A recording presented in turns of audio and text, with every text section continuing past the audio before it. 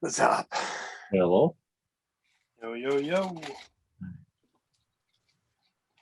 Katie will be running late, she said, so she said start without her.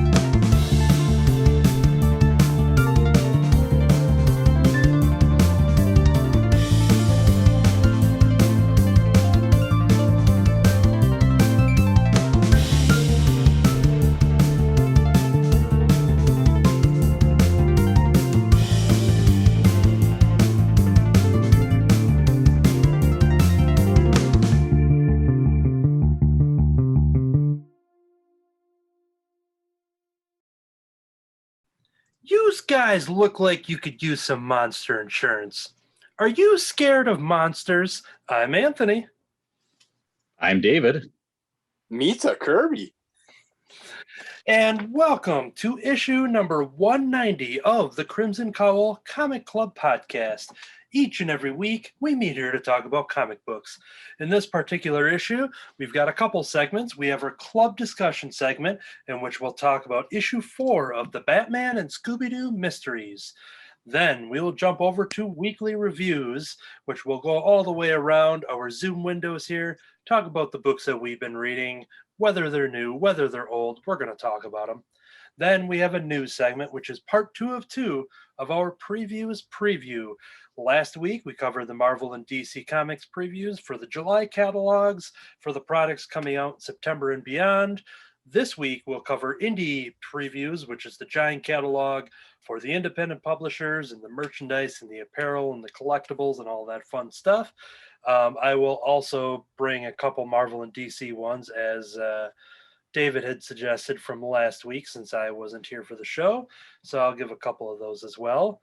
And that will be our show for this week. Before we jump into the club discussion, however, at the time of this recording, last night was the 2021 Eisner Award ceremony. This year, once again, it was digital. Normally, it's at San Diego Comic-Con. And it's one of those, it's the Oscars for comics, for those that are unaware of what the Eisners are. And I just wanted to highlight 2 of the awards that I was excited to see people win.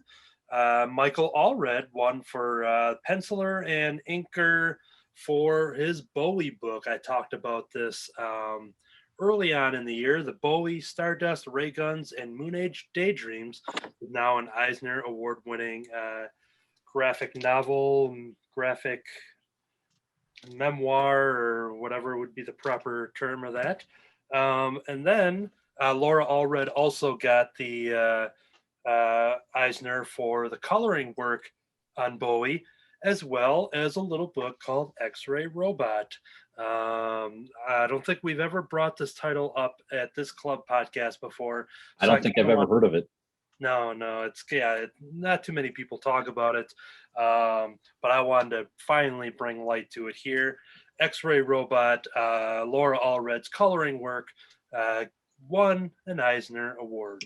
There was many others I was excited for, seeing Kelly Thompson win for, I forget what specific categories, but for writing the Black Widow series that I'm often talking about, and then Chip Zdarsky, who is a multi-Eisner award-winning creator, said that he probably should get the Eisner for most Eisners lost this year.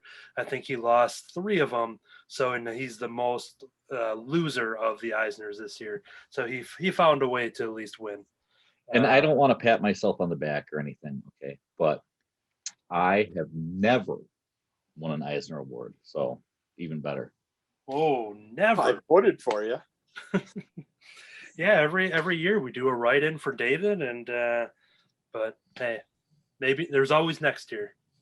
But yeah, I wanted to highlight those ones there, so that was exciting to see some of my favorite people win some recognition awards there. All right, we're going to jump right into our club discussion, which is the Batman and Scooby-Doo Mysteries, issue number 4. One or two monster masks might just mean there's a smuggler or crooked real estate developer in town. But when Gotham City is terrorized by an army of thugs in monster masks, it can only mean one thing: a citywide crime spree by Black Mask and his gang, the False Face Society. With Batman mysteriously missing and Nightwing and Batgirl up against a horde of crooked creatures, it's lucky that the heroes have help from Scooby-Doo and the gang. After all, who has more experience in pulling the masks off of bad guys? This is by Shally Fish, Dario Brizuela, Franco Raisco, and Seda Temafante. Check back to our other reviews of this series to hear probably multiple pronunciations of those names, but they are all doing a great job on the series. We've been having a lot of fun.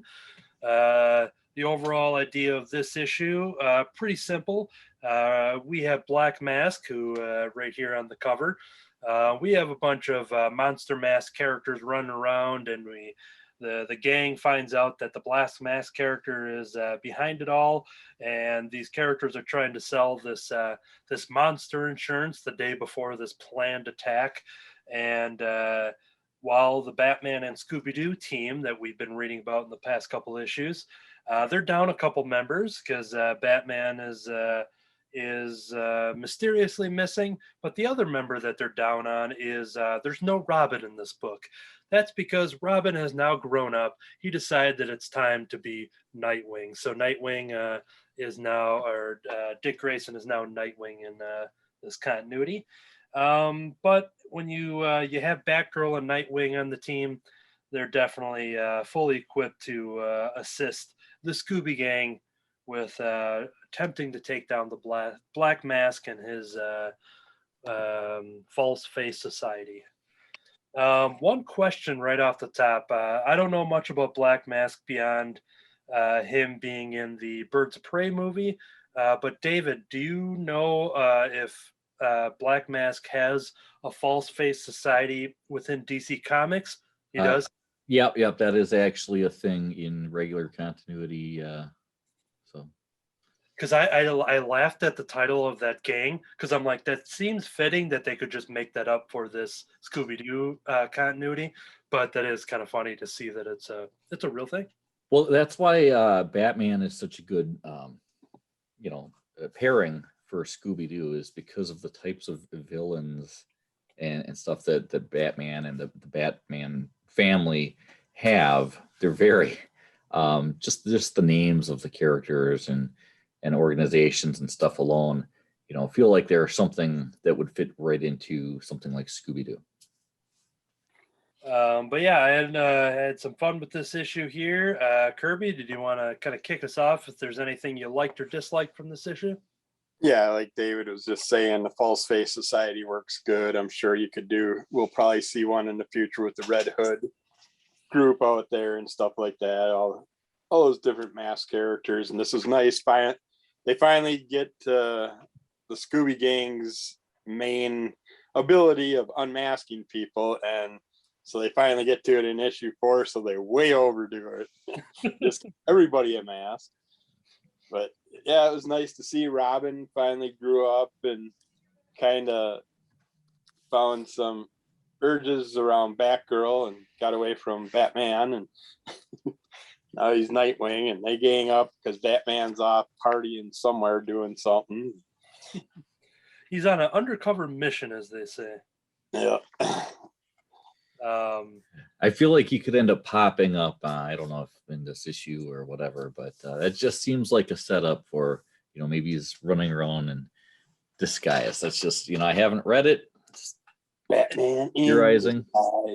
And because this is the club discussion and we do offer up spoilers on this podcast, it's possible we may revisit that idea towards the end of this review. Maybe, just that might be a coincidence. I wanted to add too real quick, as we're talking about the False Face Society. I don't recall if there was an actual Batman villain from the comics named False Face also, but in the TV show with Adam West back in '66, there was an episode that had a villain named Falseface. Yeah, that name is familiar. I figured it's either that or as like a Dick Tracy villain or something, because that sounds like a. Yeah, there was actually a villain named Falseface in the TV show, and again, I can't remember him. I can't remember ever coming across that character in the comics. That doesn't mean that the character doesn't exist in comics, but that's a thing in the TV show. And another thing they like to do in a lot of things is the parades. They have quite a few parades in Gotham. Yes, this one, the fact that the day before this planned parade, which is now they're suspecting that is when Black Mask is going to unveil his plan at every year the Gotham City Seaside Spectacle celebrates the opening of beach season. It runs all the way down to the seashore. But yeah. And then you start seeing, the Scooby Gang accusing certain people who are wearing monster masks and to see if they're part of the actual monsters or not. But then you see Black Mask who rides in with his on his own float as he's ready to kind of take over the city here. There he unleashes these monsters. So he has a Sphinx, which we've talked about in the ink blot issues. So we're getting a lot of Sphinx talk. Almost to have a special spinoff called podcast called Sphincter Talk or something like that. I don't know. Something we'll come up with something. I was just thinking perhaps there was a character that uses a lot of sphinxes, and maybe that character's name is the Sphinx Door or something. We just change our Under the Call to the Sphincter podcast. Then we get a giant like griffin, like bird eagle type thing. I forget the actual name of the hippogriff. So we get a hippogriff that flies in and attacks, and we get one more as they go by the sea.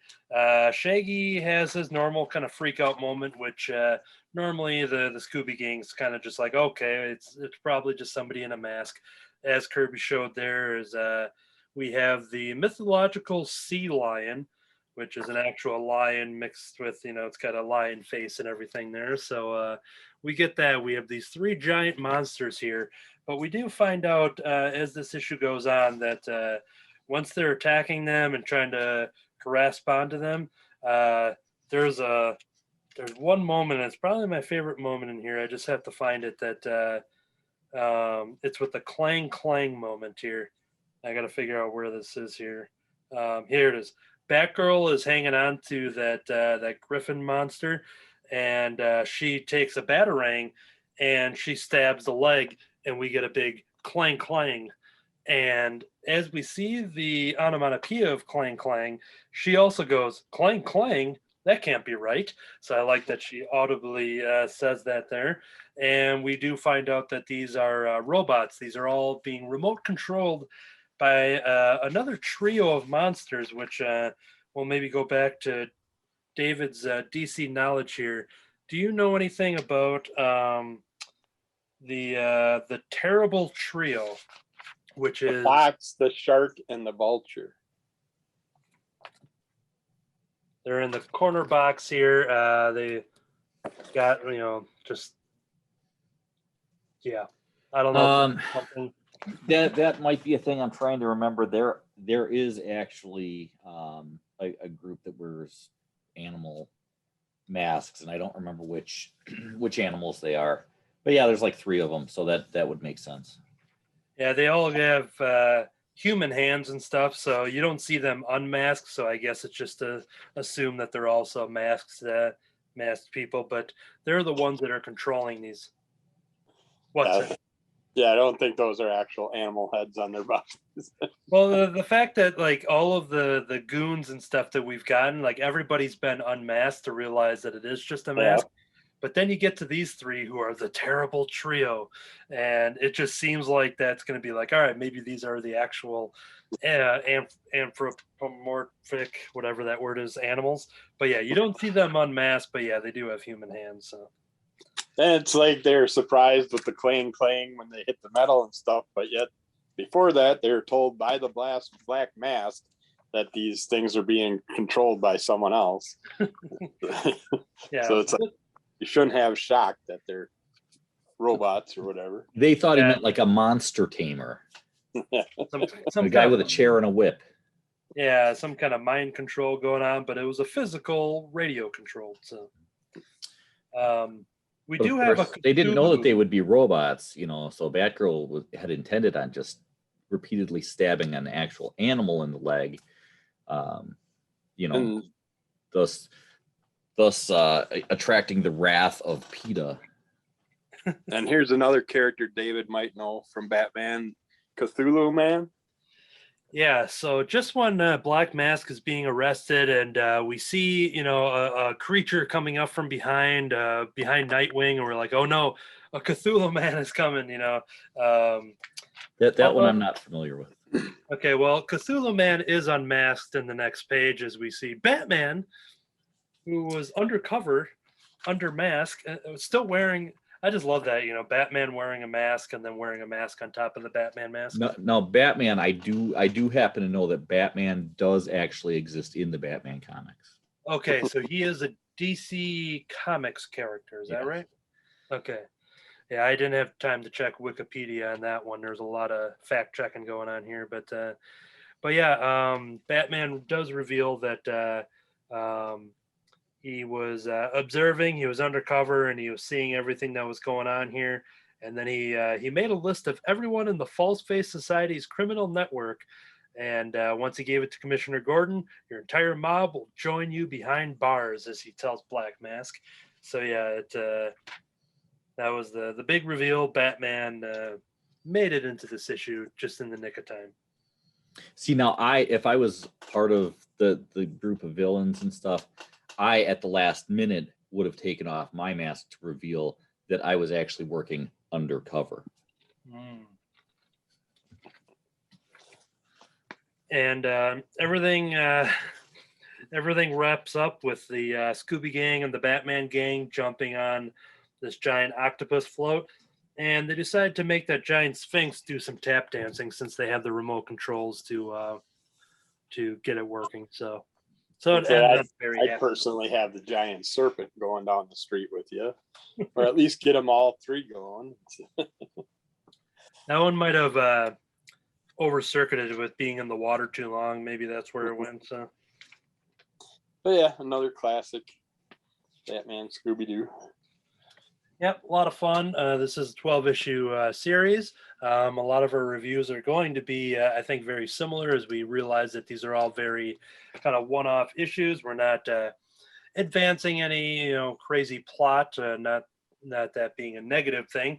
Just saying for the club discussion going forward that it's something that a lot of times we're dissecting and just being like, all right, what could this lead to? What's really behind this? It's kind of refreshing to just be like, yep, here we are just talking about something fun that happened again. And what do you suppose the secret meaning of that float was? Yes. Yeah, maybe they'll kind of throw us for a loop in a later issue or something. We'll get real dark and it'll tie into Doomsday Clock or something, and then it'll be delayed, 6 to 7 months. No, artwork wise in this. Yes. Now, typically, the team ups between Batman and Scooby and the gang have been done in kind of that Super Friends type style is the way that they're done. Now just looking at Nightwing, looking at Batgirl,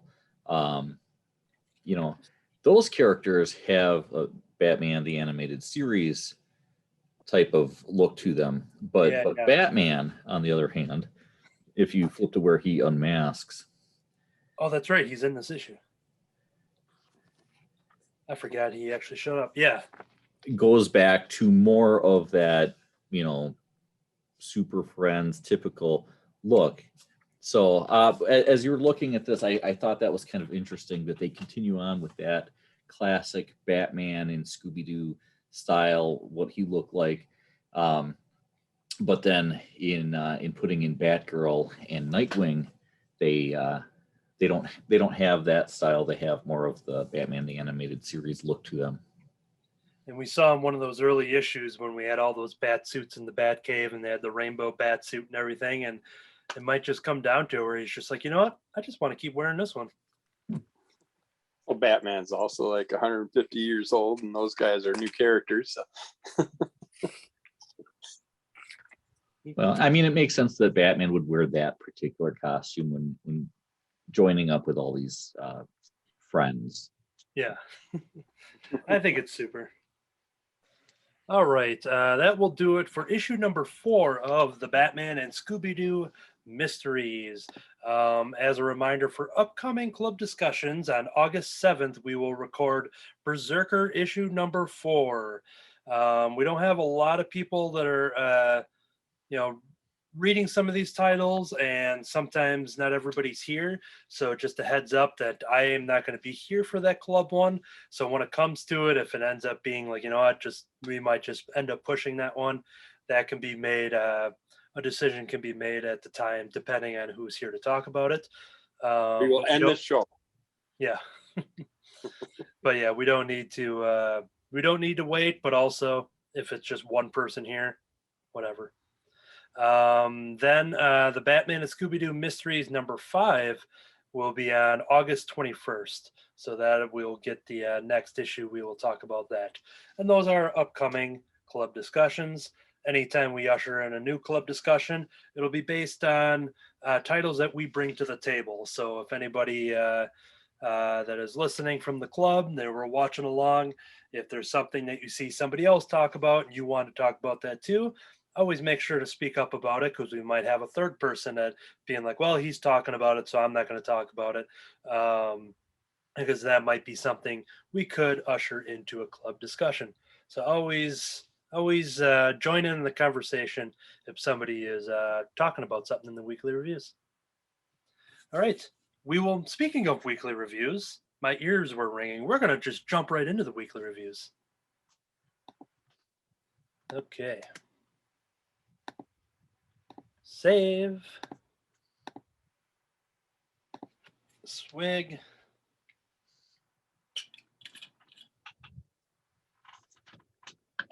Shave. The 3 S's of podcasting. Save, swig, and shave. All right. That was just a little bonus for the video audience on YouTube. Are we getting a sponsorship by that Manscaped? Manscaped.com. Do your guys need some shaving? Then use Manscaped.com. We've got a bunch of different razors and settings, and smooth as Black Mask's face. Yeah, I got a bunch of ball creams that you could use to ball butter, whatever it is. Yeah. And podcast listeners wouldn't know it all, but for the YouTube audience, you don't realize that we're shaving because that's off camera. That's true. Yeah, surprisingly, the audio audience hears the shaving, so they get a little bonus, but they have to imagine it. Okay, we are recording. All right. Welcome to the weekly reviews. This is where we're going to go all the way around the internet here, talk about what we've been reading. The one thing that I've been super excited for, might be my most anticipated comic of the year since I heard about it. This is M.O.M, Mother of Madness, issue number 1. The mayhem begins with Maya, under the weather scientist by day, over the top superhero by night, and badass single mom 24/7. Deadpool action and Fleabag comedy collide when Maya activates her freakish superpowers to take on a secret sect of human traffickers. This comic is created by Amelia Clark, Marguerite Bennett, Layla Lees, Isabel Richardson, and Haley Rose Leone. Going into Layla Lees, I looked up how to pronounce her last name, Lees, and then here I go screwing up Layla when I try pronouncing it. I got this cover with the cover A by Layla and a cover B by Jen Bartel, one of my favorites, doing a variant cover on this brand new title. This is a 3-issue miniseries from Image Comics. oversized issues. So you're getting, that 40 to 60 page count roughly, and that kind of, you're 2 to 3 times more ish. The cover price reflects that it is a $5.99 book, rated mature, but you are getting the page content for story. This is a very interesting comic. I found a lot of benefit reading this a second time around. There's a lot going on. It's a lot of world building. We follow this character Maya, who is in present day, which is actually 2049.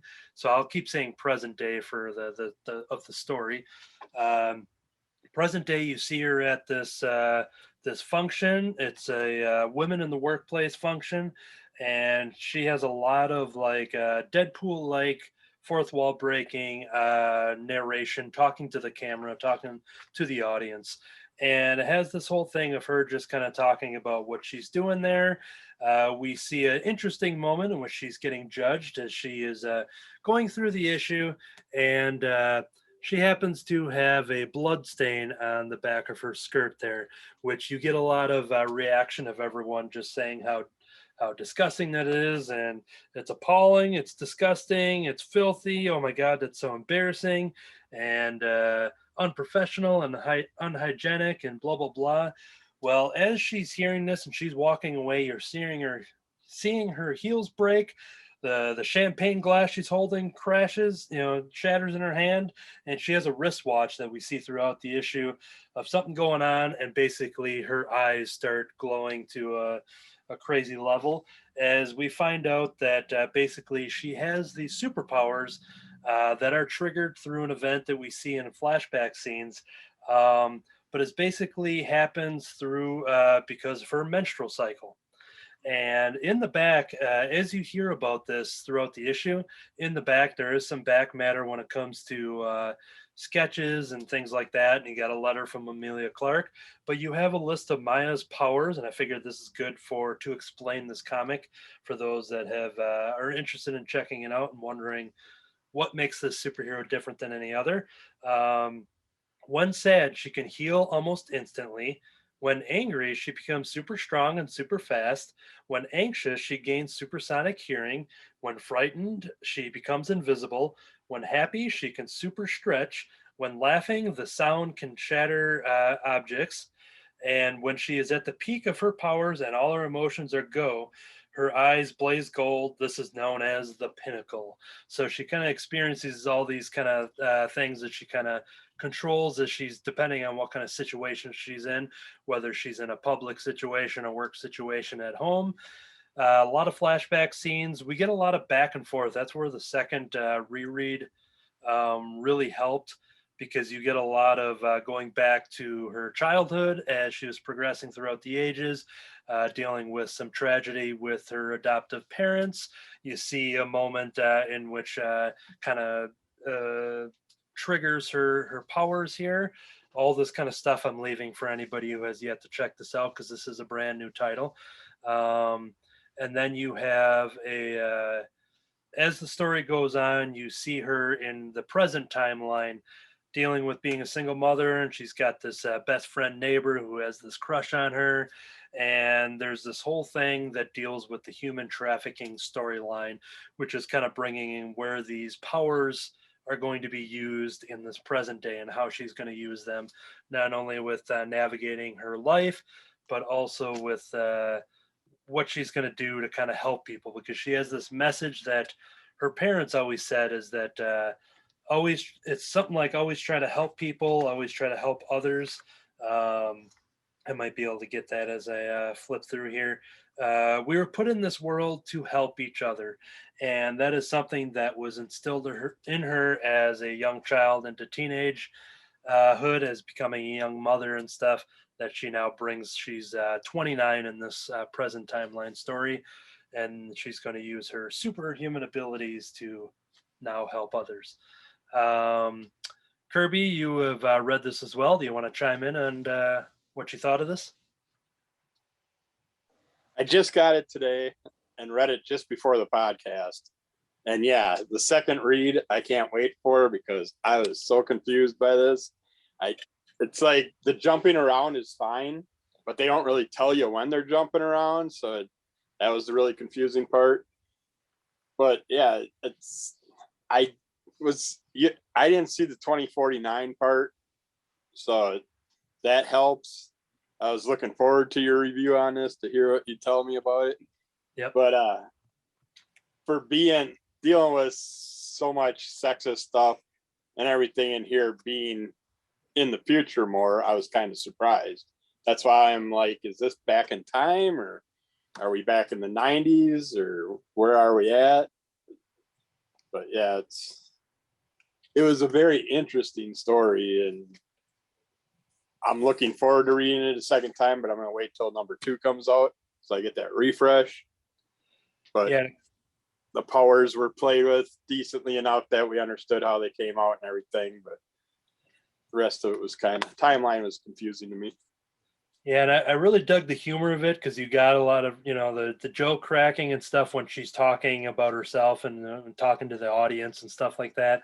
But yeah, it does really shift around in time, and they have the same artist team working on this. Sometimes when they do flashbacks, they'll bring in like a second artist to do a distinct, it'll be a distincting term, I think is what I was looking for, on when you're looking at the past or the future or something. So it does blend in, sometimes page to page, sometimes even panel to panel. But yeah, that is where the second read comes in handy. And then speaking on with it being in the future, we do get that right in the beginning when she's at the party. Clapton Art Museum, New York City, March 2049. But yeah, dealing with those issues and all the stuff that you're talking about, that while 2049 is, not that far away in the future, but you see not much has changed, and you get, you even see some of the pandemic lifestyle stuff where you do see public transportation, where you see them in masks and stuff like that, or a server at this current party is wearing a mask, nobody else is. But and you've seen that in other countries and stuff where the other cultures and stuff have always worn masks when it comes to public transportation and stuff like that. So there is some of that is kind of instilled in here that I don't think you probably wouldn't have seen pre-COVID when it comes to this, but with this dealing with 25 or 20 years in the future, give or take. But yeah, so yeah, not much has changed. You don't see a lot of futuristic stuff, so it's not just being like, oh, now there's all these crazy, it's all pretty Flying relatable. cars. Yeah, it's all pretty relatable for the most part. Speaking on the humor, the one thing, while it does take a huge shift into the tragedy, which I won't go into the detail because I think that if anyone wants to read this, but her talking to the audience about this tragedy, she goes, "Look, I promise this gets funnier, but right now we have some obligational expositional backstorying to get through. You did 22 Marvel movies. You can give me 5 pages." So I thought that was just kind of funny of just throwing that in there. The last thing I want to talk about is the creative process on how this book came to be, because I think there's a little more of a story beyond some of these other titles. And the reason why I was excited about this, being a fan of Emilia Clarke, who is Daenerys Stormborn on Game of Thrones. We've seen her as Kira in Star Wars Solo, who is now in the comic books for the War of the Bounty Hunters. And then we also seen her as Sarah Connor in one of the Terminator movies, and that's what brought her to comic books. She goes, her older brother, but back when they were kids, was always reading comics, but she felt excluded from that, and she never felt a way to get into comic books, even with having an older brother reading them. And it wasn't until she had played all these characters and then she started doing the convention circuits and seeing all the comic books, and she would go, well, I'm seeing all these characters I see in the superhero movies, because she's a superhero fangirl when it comes to the movies. And that's what led her into the comic book world. And with kind of joking around with some friends at night, they were talking about a crazy idea for a superhero, a female superhero that is very funny, but also getting all these crazy powers through her hormones. And while it was just a joke amongst friends, she went home and started writing, and it was a project of about 2 years where she was just writing all this material and figuring out how to put it out there into the world. And that's where she got a hold of Image Comics, and she was looking for a team. She's like, all right, I have these pages, but I want to make it in a comic book, but she doesn't have the knowledge to turn that into a comic book. So they Image Comics hooked her up with Marguerite Bennett, one of my favorite writers that I've talked about. She did the Animosity series, and she's done the DC Bombshells. She does a lot of her work over at Aftershock at the moment. And then the artist Layla Lees, who they've worked together on a title as well, and basically just gave her all of the resources of saying, all right, here's all the people that you can work with, and we're going to turn your writing into a comic book script. And that is now issue 1 of 3 for a M.O.M, Mother of Madness. So yeah, this is a harder cover. What's the term? Cardstock cover. Cardstock cover, oversized issue, some good back matter, a letter from Amelia that kind of talks about what I said, but then much more. And then there was an interesting thing too in the back that gave a lot of information, dealing for resources for rape, sexual harassment, sexual assault, hotlines and crisis lines, trafficking, modern slavery, gay rights and awareness, anti-racism, mental health and suicide, hate crimes, domestic abuse. Basically, an entire back page of information of just numbers and resources and stuff that is kind of instilled on kind of what the message you kind of want to get through with creating a superhero, while also having fun with just with the comic book medium and the fact of doing this. In one of her interviews, she's doing the press circuit for talk shows. It was kind of cool to see her on the Tonight Show and actually hear Marguerite Bennett's name get thrown out there on the Tonight Show, which is, it's always cool for the comic book fans to hear comic book names kind of brought out there to the public. And they had talked about being like, oh, did you do this so that you can make a movie out of it or something like that? She goes, well, I made it to make a comic book. And she goes, I don't know if people are going to like this. If people hate it, it's not going to be anything. It's not going to be a movie. And he goes, if people like it, who knows? And as you look at this character, it's not, you could see some resemblance to Amelia Clarke, but is not drawn to Amelia Clarke's likeness, much like you would see Berserker. Nothing against Berserker, but you look at that and you see Keanu Reeves and you're like, okay, this is definitely, and then you hear the Netflix deal and everything like that. But with this one here, I don't think, you could read this without just being like, oh, well, this is clearly Amelia Clarke writing something for herself. The way the character is drawn, it's just like, okay, you could see her playing that, but it's not a spot on likeness or anything like that. So right now it exists as a comic book, and it's a dream of hers, is she's dipping her toes in the comic book world and saying how one of the most amazing things to her was the fact that there's so many people that come together to make a comic book, which she had no idea until she reached out to Image and they gave her the resources and people. And so, yeah, hopefully this does well. I know there's a lot of attention around it, and I'm excited for the upcoming 2 issues. And hopefully we'll see some more from Amelia Clarke. She might be a little busy from writing because she will be entering the Marvel Cinematic Universe as well. So it's exciting to hopefully see her on the convention circuit as that stuff opens up, not only promoting all of the pop culture characters that she's played, but now the fact that she is a comic book writer with M.O.M, Mother of Madness #1. And if she was surprised to see how many people it takes to make a comic book, wait until she sees how many people it takes to make a comic book movie. Yes, it's going to be, at least another 3 or 4 people probably. Yeah. Got to have a cameraman. You don't have a cameraman in comics. There's no best boy. There's no, the craft services and the boom mics and all that kind of stuff. Key grip. So yeah, anyways, like I said, it was much anticipated and I highly enjoyed it. But I do recommend a second read for those because I could see it being confusing because it's a lot of information to digest. So exercise issue, exercise review. Let's jump over to David. What you got? All right. I don't know. What I have is a little bit of a mystery. A mystery in space. space. Ooh. Yeah. So yeah, this is actually a reproduction, which is funny. This is like one of the one of the last comics that we got that was shipped like on time and everything pre-COVID. And so tail end of when we were getting stuff in, we'd already shut down the store, I believe. It arrived when we moved back here and everything. And somebody did at one of our last sales pick up the copy that we had left. But I was recently gifted some comics from Anthony, who had been gifted some comics from someone else. And this was in there. So I thought that I was going to have a copy before, and I didn't, because somebody did end up buying it, and I ended up with a copy anyways. So Mystery in Space, this is a reproduction.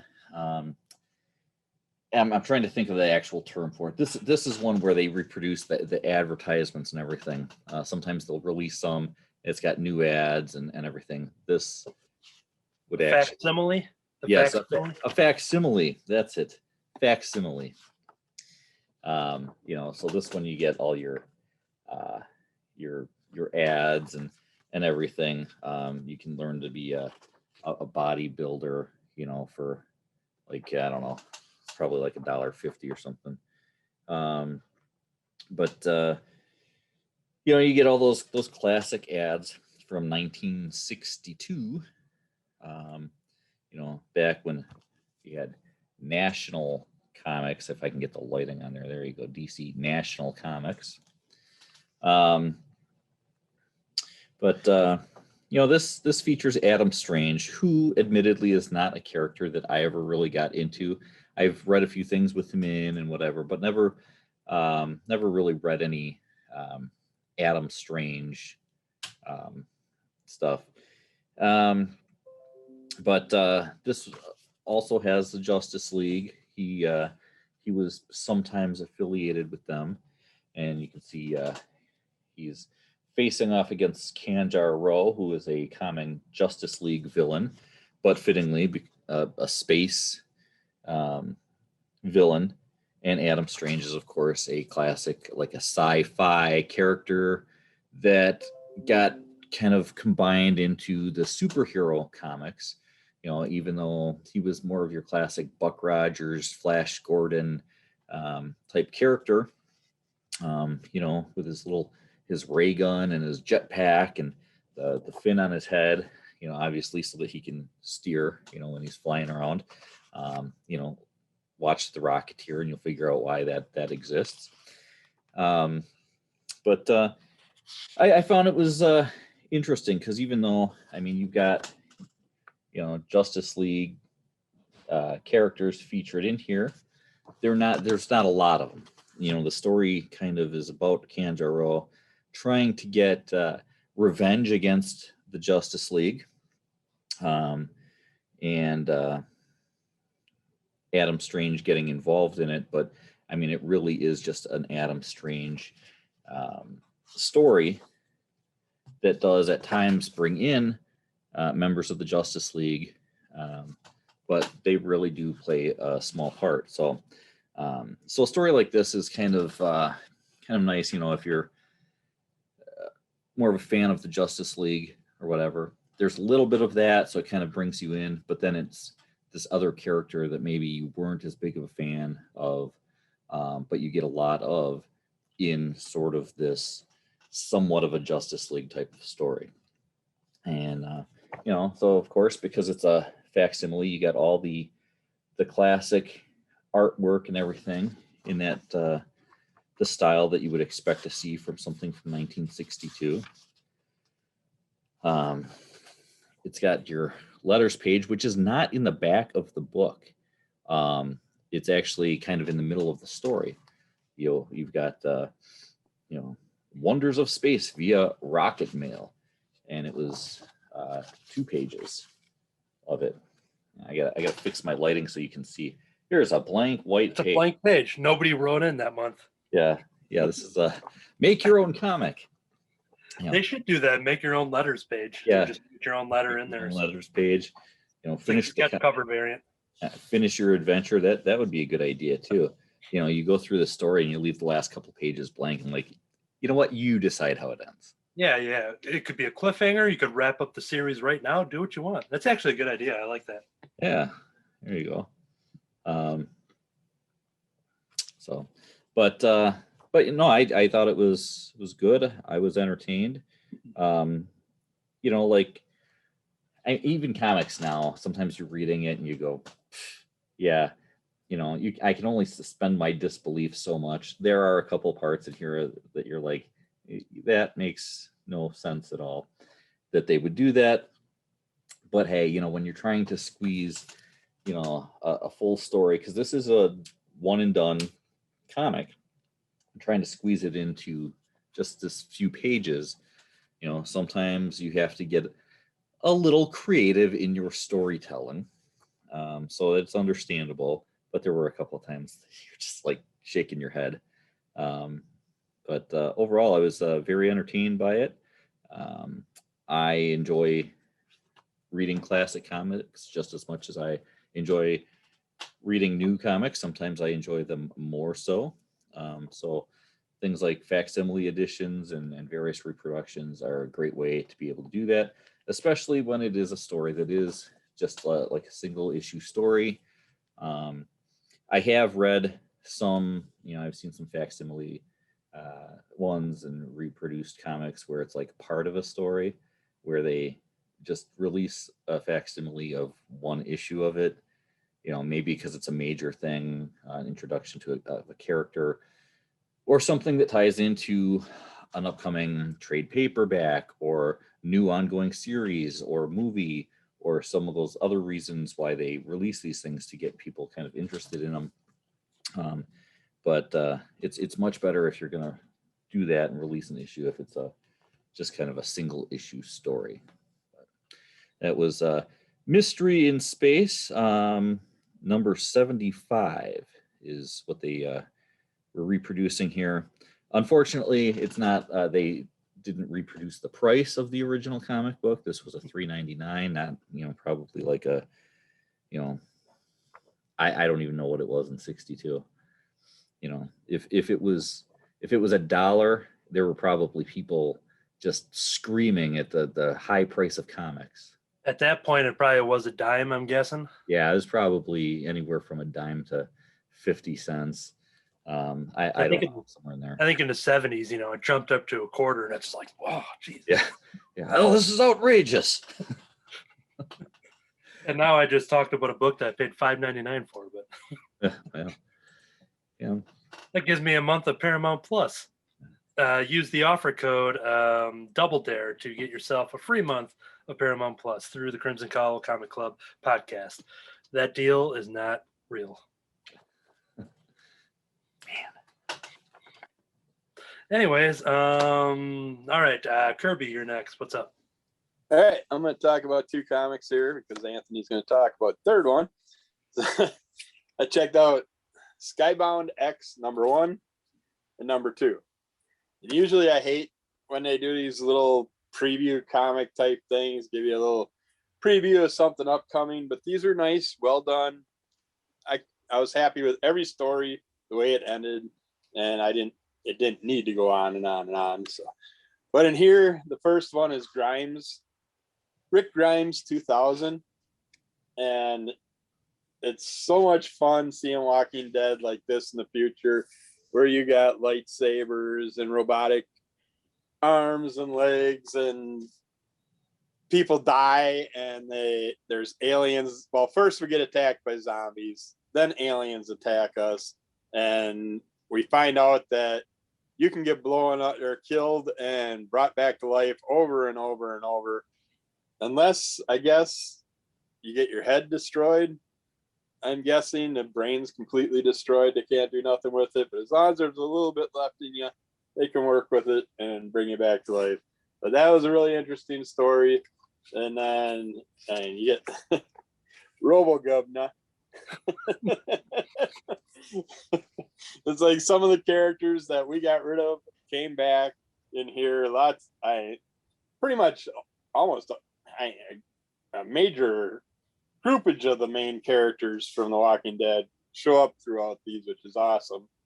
And then they had Ultra Omega, which was kind of a Ultraman style, giant Ultraman type character story, which I'm not big on Ultraman. But I did enjoy this story. It was well put together. Nice little introduction into that character and stuff. But then we jumped over to Manifest Destiny, which was my least liked story in here because I don't know, just you got some bird characters, they're talking away and they're talking all goofy and stuff, and it just didn't grab me fully, but it was a decent enough story that it kept my attention and it kept me through it. But I don't know if it's something I'd go on with. But my favorite one in here was Clementine, which if you play any of the Telltale video games, this is one of the first big Telltale games that came out by The Walking Dead. And the Clementine story I loved. I played the whole first season.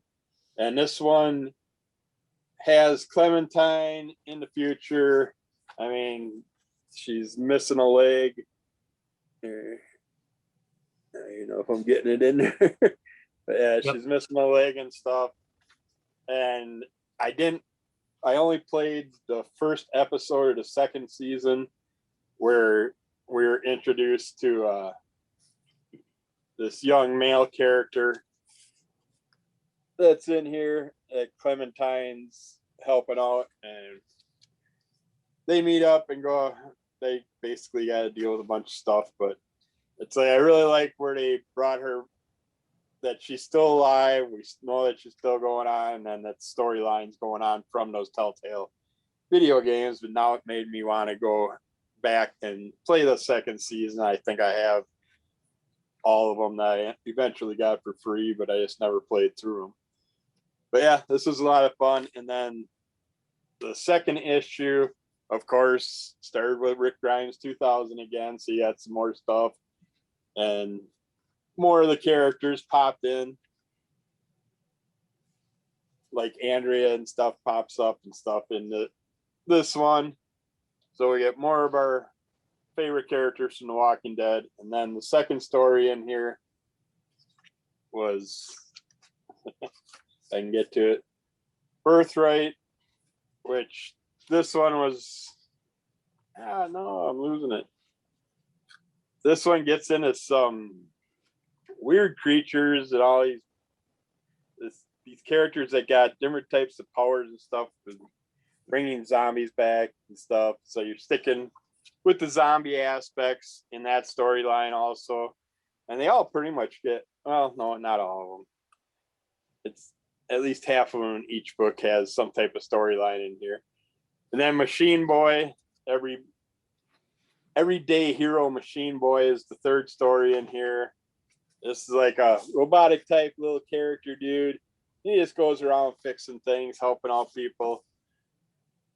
And he's trying to help them a lot of times, and the people aren't listening to him and stuff. But yeah, you get to see how his powers evolve towards the end of the story, and you get to learn a lot more about this character, and gets you really interested into it. And then the Stillwater story, where a lot of people are like, I can't quite tell if they're immortal or if they're just dead in the afterlife or what's going on, but there's something about a world beyond this world that they're living in. And I think the one that they're in, they must stay at the same age or something, or I don't know. I'm assuming they're immortal in there, but if they walk off into this other area, then they must go into regular life form. I don't know.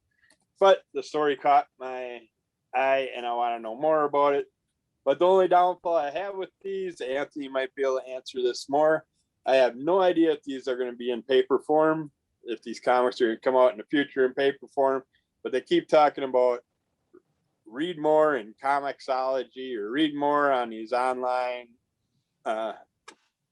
virtual, whatever type episodes and stuff, and I don't want that. I want the regular damn comics because that's what I like.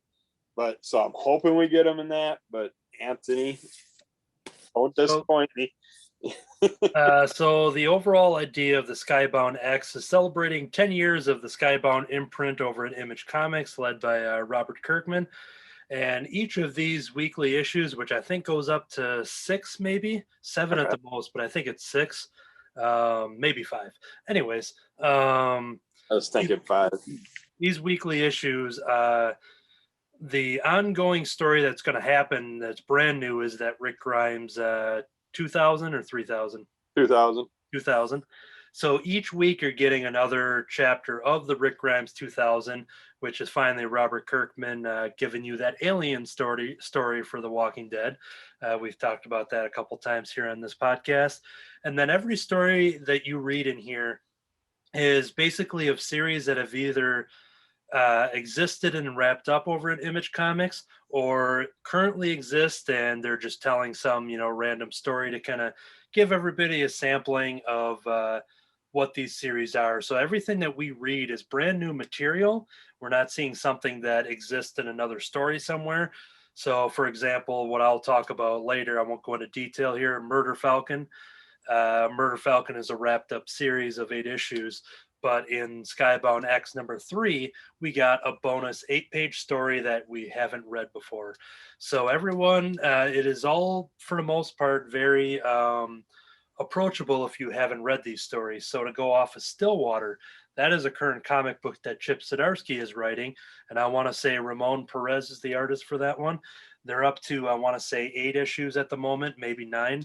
So that is a story that started, roughly a year ago, and now we are just getting a bonus story.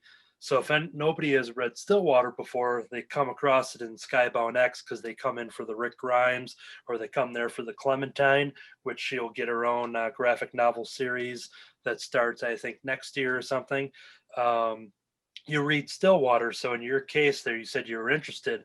So there's roughly 6 to 8 issues of Stillwater available right now. I talked about the first one here. I don't think I jumped back into it because they get real deep into the story. So it's hard, like The Walking Dead, it's hard to just kind of keep talking about it, without just telling everybody what happens. So Stillwater is a current series dealing with a town that never ages. If you were within those city limits, they found out that nobody mysteriously is aging until somebody from the outside world is invited in almost by mistake and kind of realizes what's going on, and the people in the city have to realize, well, now this person has to stay here because they can't go back to normal society and give away our secrets to this eternal life because everyone's going to want to come here. So it's a very creepy, mysterious story that keeps unfolding. So that's what Stillwater is. Stillwater, I've heard, that name I've heard, and I've also heard Manifest Destiny. But yep. So some titles have wrapped, some could be on hiatus, some are brand new, much like the Everyday Hero Machine Boy. That was what was my favorite from that issue. And right at the end, you see coming September 2022. But it's going to be an original graphic novel. So this is the first taste we got of this. And based off of that, because I was buying the book for other reasons, now I read this Everyday Hero Machine Boy, and I'm just like, damn, I'm going to buy this graphic novel in a year when it comes out, which is going to be the launch of their new kid-friendly imprint that they're going to do. I forget, it's Skybound something or Skynet, not Skynet, that's something else. Hopefully it's not Skynet. But yeah, it's something that they're advertising and using Skybound X as the Rick Grimes, because everyone's coming for the Rick Grimes alien Walking Dead story, but then you can stay for all of these bonus stories that is giving you a little taste of what else there is from Skybound. So they got my money on for all of them except for the Birds and Ultraman. Yep, and anytime you get like an anthology type of book, there's always going to be hits and misses, and I feel the same. I did like them. Yeah, but yeah, it all depends. When I look at all of the Skybound X titles, when it's all said and done, rather than the Rick Grimes thing, which is super fun because we see Negan in issue number 3, it's all really fun. But at the end of the day, I'm going to remember this a year from now and be like, that was all worth it, because when Everyday Hero Machine Boy comes out, I cannot wait to dive into that graphic novel and talk about it, because that story was so fun, and I'm already invested in that. So, yeah. All right. So that is that. As we jump into our lineup here, we will be welcoming Katie to the stream here. So welcome, Katie, to the Crimson Cowl Comic Club. And hello, thank you. It's good to be here, everyone. yes. Before we jump into our further agenda, is there any thoughts you want to talk about if you read Batman and Scooby? Did you read the issue 4 by chance? Actually, I did not. I do have some Jedi aspects I'd like to share. I read. Am I cutting out? A little bit. I heard that you didn't read this one, but do you have some No. Jedi stuff to talk about? Is that what you said? I do. Yep, I have Jedi Ambassador thoughts. So it is your time. So thank you. All right. I read Star Wars War of the Bounty Hunters, Jabba the Hutt. It's a one-shot that came out this week, as well as a next title in the Darth Vader series. It's called Jabba the Hutt. I think it really should have been called Deva the Bounty Hunter, because this story is all about Deva, who is a information broker, former bounty hunter who has a debt to Jabba the Hutt, and he calls in her marker, and in the present day says, I need you to go track down Boba Fett and by extension Han Solo. And in the past, we find out that Deva and Boba worked together on a mission for Jabba. So the story kind of jumps back and forth between the past and the present, which was interesting, generally well done, I thought. And in the end, we find out, well, who is Deva working for now? Well, of course, she's working for herself, because Jabba will never relent, and he is purposely not saying, well, your debt is paid off. And then we find out that she has contacted with Crimson Dawn, who's coming back. As we mentioned, Kira, as portrayed on the silver screen by Emilia Clarke, is the leader of Crimson Dawn. And, that was a cool tie-in. I enjoyed getting to see, as far as I know, what is an original comic book character. I liked that. That was cool. We're getting comics about IG-88 and Bausch, and a couple of the other bounty hunters, which we know pretty well. I thought this was a cool opportunity to create a new character. I liked her design, the way she looked. She's a humanoid with green skin and multicolored hair. They did actually say which species she is, but she is a species of humanoid alien. So that was really cool. What else? I thought the art looked really good in this book. This entire event, actually. Yeah, there she is. Got that cool outfit. Very nice, very nice. That's Deva for our YouTube audience. I really liked it in this book, and in fact, this whole event, the art has been really good. Very, very nicely drawn, well detailed, well illustrated, lots of use of light and contrast. So let me tell you who's on the creative team, because it actually has some authors and writers and artists I'm excited for. So the author is Justina Ireland. She has been doing books for the past few years, starting with some of the middle grade novels, and now is writing, some middle grade novels. And then I think next year she's going to write a novel for the adult line. So it's cool to see her in comics. I don't think she's been on it before. I was happy to be working on this. Definitely read a comic by her again. Let's talk about the art team. We have Ibrahim Robertson as the artist for the present day. Luca Pizzari is the artist for flashbacks. Edgar Delgado is the colorist for the present day. Giada Marquisio for the colorist in the flashbacks. And VC's Ariana Maher from doing the letterer and production. New name from our friends over at VC. Welcome, Ariana Maher. And our cover artist is Mahmoud Asrar and Matthew Wilson. Oh, good to see Mahmoud back. I just read some work he did back in the 90s in an Epic collection, so that's awesome. A lot of people working on it, and I will say it still feels like a cohesive book. Sometimes when it's a great big team. You can tell, and it shows, and unfortunately it doesn't pay off. This one, it does. This one was great teamwork. The individuals have great skills, and I liked it quite a bit. My only criticism would be I feel like they put Jabba the Hutt on the title to sell me a book, and that's fine. They're in a business. I don't know if they obviously put Deva on a book. No one's gonna know who that is, but I'd like to see a little more Jabba in it if you're gonna call it Jabba the Hutt. But that's not to say that the story they gave us was bad, because it was really good. I just think it was an odd naming choice, but it'd be like that sometimes. Kind of like Jabba the Hutt presents Deva the Bounty Hunter. Let's think about it that way. That might be a good way. Yeah, I had fun with this book. Definitely worth my money. Another great entry into the War of the Bounty Hunters line. You don't need to read it to appreciate the event, but it does add to it if you're interested in that. So anyway, that's this week's entry into the War of the Bounty Hunters event with Star Wars, War of the Bounty Hunters, Jabba the Hutt, and Friends from Marvel Comics. I love the idea of Jabba the Hutt having his own imprint of Star Wars comic books. Jabba the Hutt presents Bib Force #1 or something. So. Oh, you know what? I would read that. Give me a series about the Max Rebo band. That's a great idea. It opens up with him like the Crypt Keeper, and he's sitting there, and you see him on his sail barge or whatever, sitting on his throne, and he introduces you to the story. You get a little mid-break. You see him wrap it up at the end there, but Jabba the Hutt presents. Make it happen. Okay, let's do that. That would be great, because then we could get like all of the seedy, gangstery people in the Star Wars universe that we don't get a lot of books for. That'd be a fantastic idea.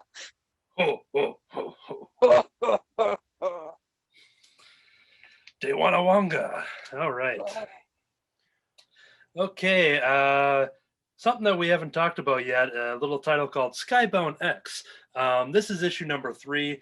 If you had told me 2 months ago that there was going to be a comic that was going to have a future Walking Dead story with Rick Grimes and Negan and lightsabers, that was also going to have Murder Falcon from Daniel Warren Johnson, and it was also going to have a story of Science Dog, who I ranted on about. It's one of these episodes on the podcast when I discovered who the Science Dog was.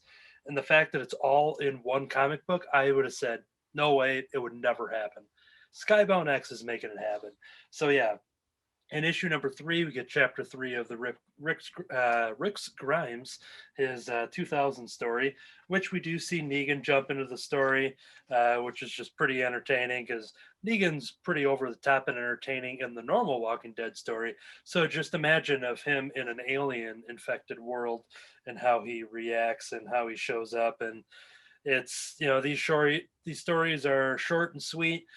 These chapters are, so I don't really want to give off too much talking about the actual plot of the story there, but there is a good, it came out pretty much in a perfect time that we were getting new Masters of the Universe episodes. So imagine Negan and Masters of the Universe and what that could mean. You may have figured it out if you're, smarter than the average Negan, but this is great. Murder Falcon, though. This is a special Murder Falcon B-side. Remember when Jake, Johan, and Murph went to that dungeon full of goblins to grab Jimmy's drum set? No? Well, that's because you're about to experience it for the first time. Plug in and crank it up.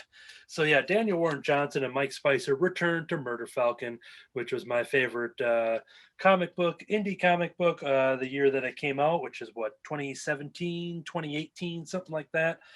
Absolutely love that. It's a great standalone series, 8 issues, and now there's this bonus story.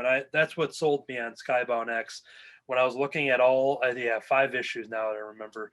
When you look at all 5 of those issues in the previews catalog, I'm looking at the price, I'm looking at this, and it's got a bunch of the stories of books I've never read.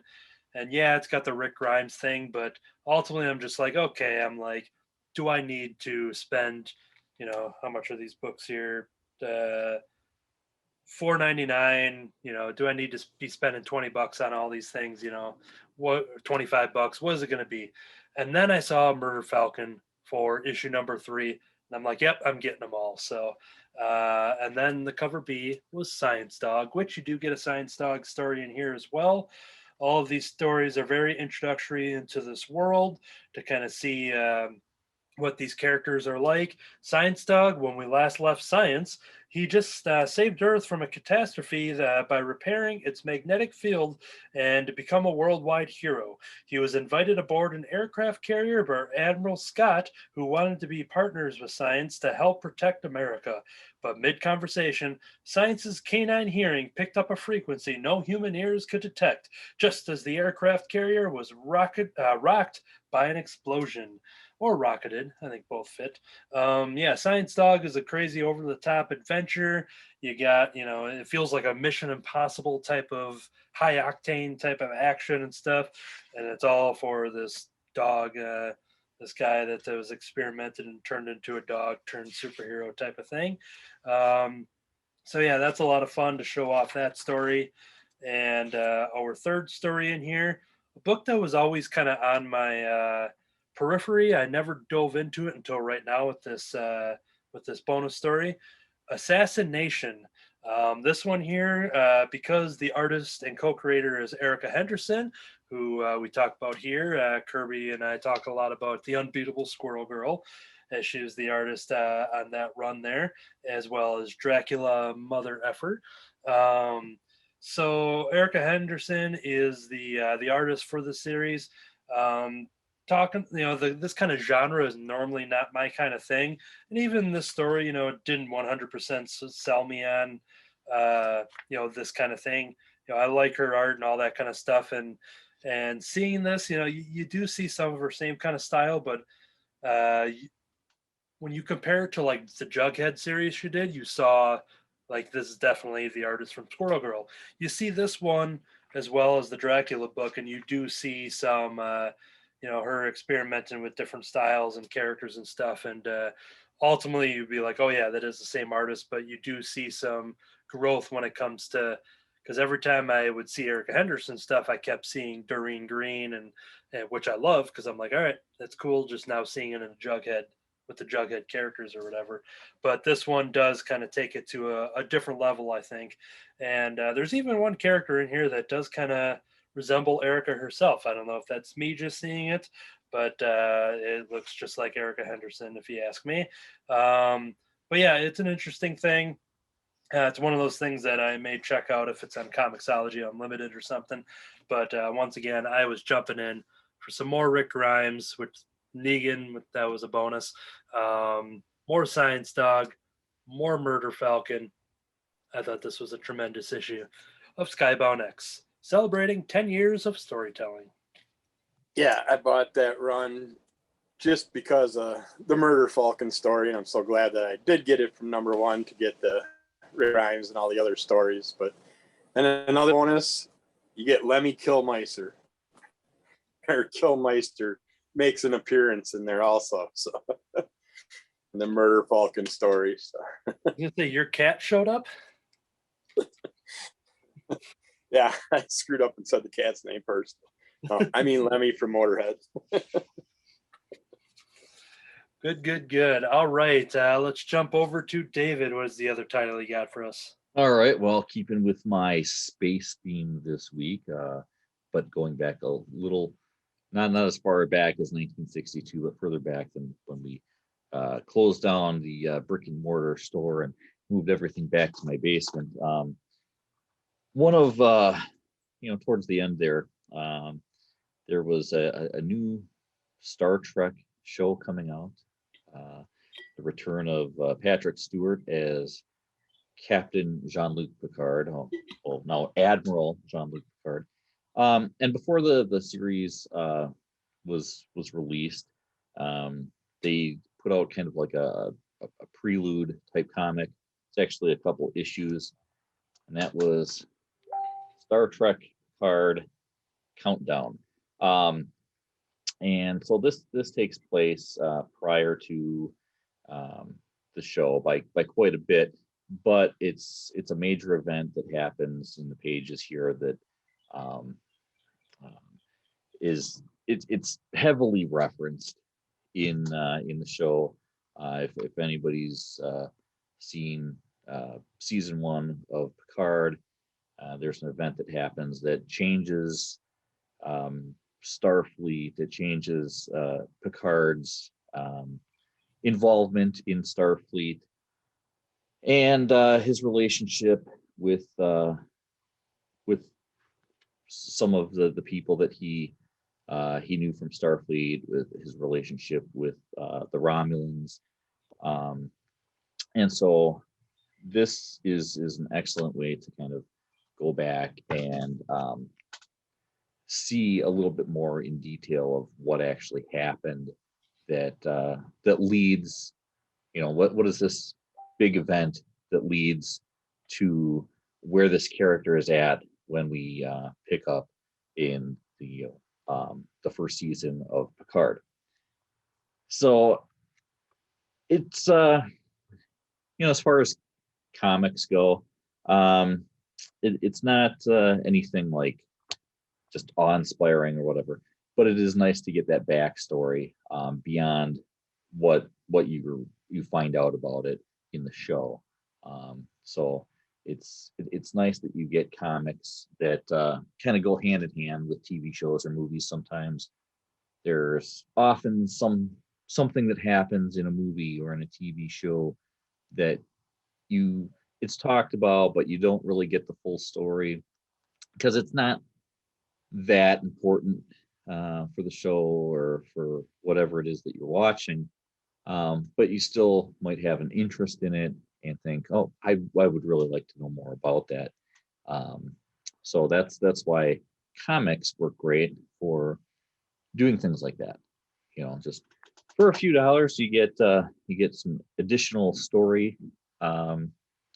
It's also great for people who are, fans of movies, fans of television, that haven't really gotten into comic books. It's a great way to get people into comic books is by, having something that ties in with a show that they love or, one of their favorite movies.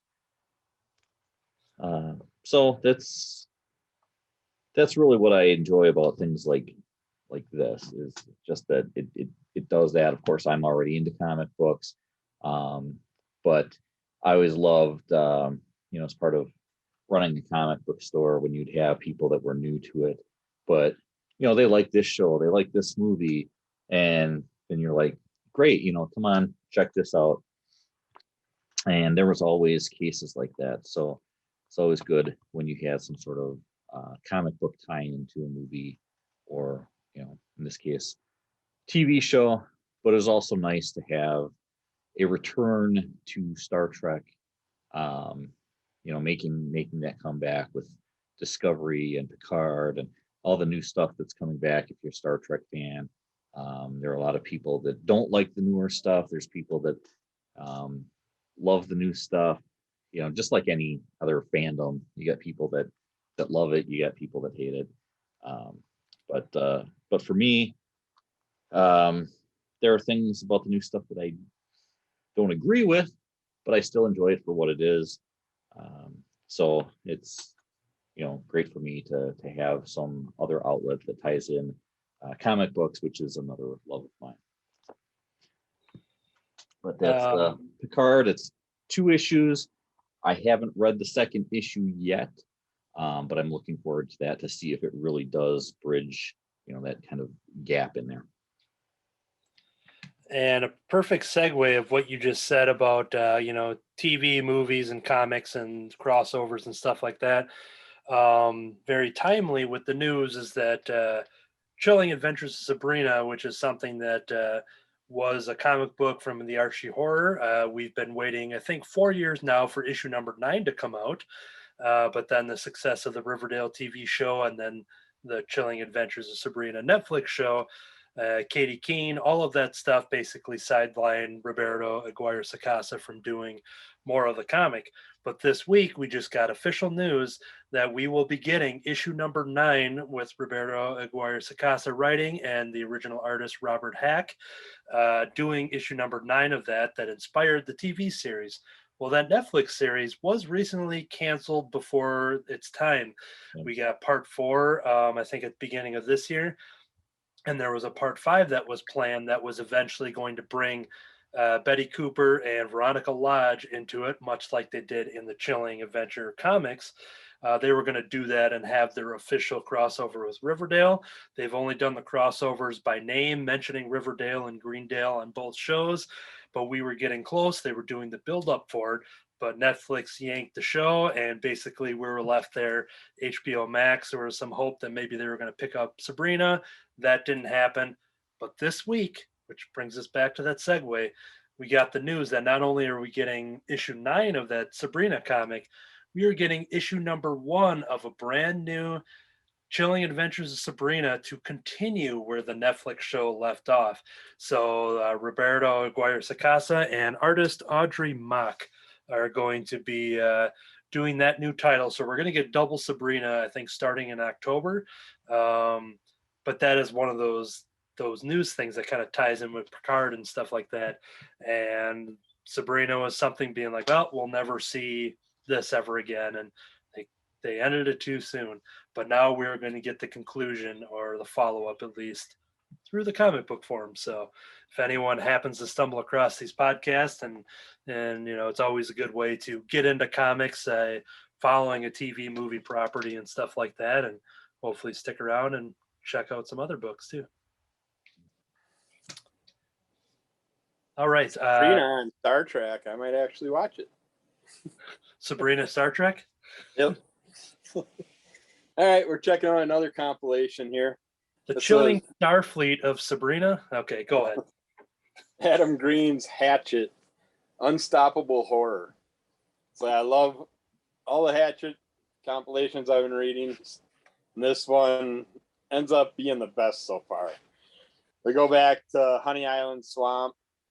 And the first story, we find out that, well, a lady is going out into Honey Island Swamp to find Bigfoot because she's heard of Bigfoot being in the swamp. So she goes to check him out, looking for him, and happens to come across Hatchet along the way. And then while she's dealing with Hatchet, Bigfoot shows up. So we do get a Sasquatch in there. It's nice. It's a really fun story. I wish this whole book would have been just that story. Would that be a swamp squatch? Yes. I was going to use that later. Yes. Sign me up. But yeah, that story was a blast. These are so hard. You can't really say much, just like the Skybound X ones, without ruining a bunch of things. This next story, you got a couple. They're going on their prom night. They're having fun, and they're going out to the swamp to fool around, and they just happen to run into Hatchet. And they get chased down, and while they're getting chased down, I don't know how big the swamp is, because all the other Hatchet books I read, it sounded like Hatchet was detained to a small part of the swamp, whereas if you got inside his circle, then he could attack you. But if you went outside his circle, he couldn't follow you. So it made it seem like he had a small area to work with. Here, he ran into Sasquatch, which, how could he be in the swamp this many years and not run into Sasquatch? And then we, in this story, run into a bunch of these little red devil-looking characters. And it's like, he never ran into them before, so it's like he's obviously got a way bigger area to work with now. And they're all these little characters are run by one giant demon. And they hook up with, well, they find a girl first and chase her down, and then Hatchet comes along because he's chasing after the girl, and that's how they all meet, and the story goes on. Of course, they have that wonderful little PSA in here that I talked about on the last one, where Hatchet kind of teaches you how to wear a mask because of COVID times and keep your distance, and the character's happy because he's got his mask on and he's keeping his distance, and Hatchet can't get him, so Hatchet just throws his Hatchet the character, kills him. And then the third story is a couple kids playing kind of like a Mortal Kombat video game that has a Hatchet character in it. And they're having fun, and then they watch a commercial where this guy talks about how he found a watch from, I think it was from the Titanic, I believe. And yeah, it was from the Titanic, and it was worth tons of money. And they're like, well, let's go to Honey Island Swamp and just take our own, go to the yard sale and or flea market and pick up the rustiest hatchet you could find, and we'll take it. You hide it out there, and we'll take him out there and say we just found it, and it's Hatchet's hatchet. Well, when they get there, he goes to hide the hatchet and sees another hatchet, just stick it in a block. So as you can imagine, that nice shiny hatchet has been being used because Hatchet is still alive. So these characters end up running into Hatchet in that story, and I can't ruin the rest of it. But yeah, this was as fun as the rest of them. You want some fun, hilarious horror, a few little mini stories. They all complete themselves. I say check out any of the Hatchet comics. I believe there's a graphic novel coming out here in the next month or two also. So. Cool. All right. Katie, do you have any other books to talk about at all? No, thank you. Okay. Then we will jump over to, I think, the last two here. I have a Buffy the Vampire Slayer title here as I get my windows back in place here. This is Buffy the Vampire Slayer Tea Time. This got a crazy cover to begin with, so let me get the, yep, this will be good right here. Rupert Giles has been many things. Sunnydale's foremost occult expert, high school librarian, mentor, and father figure. But Buffy and the Scooby Gang are totally unprepared for Giles the Vampire. With the Watcher's cunning, experience, and intimate knowledge of the Slayer, will evil finally prevail? This is by Mirka Andolfo, Sia Uam, Giuseppe Cafaro, Francesca Fellini, Eleonora Bruni, and Ed Dukeshire. This is a fun little one-shot extra size issue coming out from Boom. What's interesting about this book is it sort of exists within the Buffy TV show continuity in a way, as far as the way you read it, because you get your Willow, Xander, and Buffy. And if you have been following the title, the main Boom title, you'll realize that those characters are not really in the same position as they are in this book, just to leave it spoiler free. And in some of the recent issues of the Buffy title, we've kind of seen some inkling that maybe there's some other universes out there. But this one here, if you are a fan of Buffy the Vampire Slayer and haven't been reading the Boom series and don't know where to start with comic books, this is a perfect one-shot, because if you've seen the TV show, then this is all you need to know. It doesn't dive into any other continuity. It is the concept that Buffy, Willow, and Xander are out doing their normal patrol until we see that Giles is the one who was buried and he's rising from the grave, and they got to stake him and go home because Giles had died in this particular start of this comic. But as the premise of the issue is dealing with the fact that they're just telling stories. They're all around doing research for whatever their current mission is, and Giles is in his office. He can kind of hear them within earshot there. But each of the main characters, the Scooby Gang, if you will, not to be confused with the Batman and Scooby-Doo mysteries that we talked about earlier in the show, but the Buffy Scooby Gang do kind of go down an interesting path of all coming up with different ways on how they would see Giles if he had been bitten by a vampire. And they all kind of take turns telling these stories, and we see him with a crazy altar and crypt, and just gets real dark and bloody and crazy. And the one little thing that I like with the continuity of the television show is the fact that they have some donuts there. They got a plate full of donuts, and that always reminds me of one of my favorite Giles moments, when he kind of comes in and he's very serious and being very Giles, and then he's looking around and he changes into a humorous mode as he's wondering if they've eaten all the jelly donuts. He's just like, well, I always have jelly, and Willow's like, well, Buffy ate them all. She had two. And like, it's this whole thing that like is a funny scene I always remember whenever I think about not only jelly donuts. I always just go back to this moment because it's one of Giles's early comedic moments. But it's that little continuity that the writers and the artists put in here of having them have their plate full of donuts on their late night um research missions. But they kind of go through some stories. I think Xander has two stories in here. He kind of hogs the spotlight. That we jump into the Bronze and the kind of like a disco night at the Bronze, and we see a bunch of kind of older vampire teams. It's led by Giles, and it's kind of this cool 70s type of vibe. And I love the color schemes that are used in there. But what's really interesting to make this comic just beyond it being interesting with the what if scenario. But as they're all kind of leaving and wrapping up for the night, Buffy forgot, I think, her phone or something. And she goes back in, and Giles, who had kind of passed out on his desk, and she kind of wakes him up and, trying to get him to go home or whatever is going on. But he realizes that she never took her turn to talk about her story and how she would see it.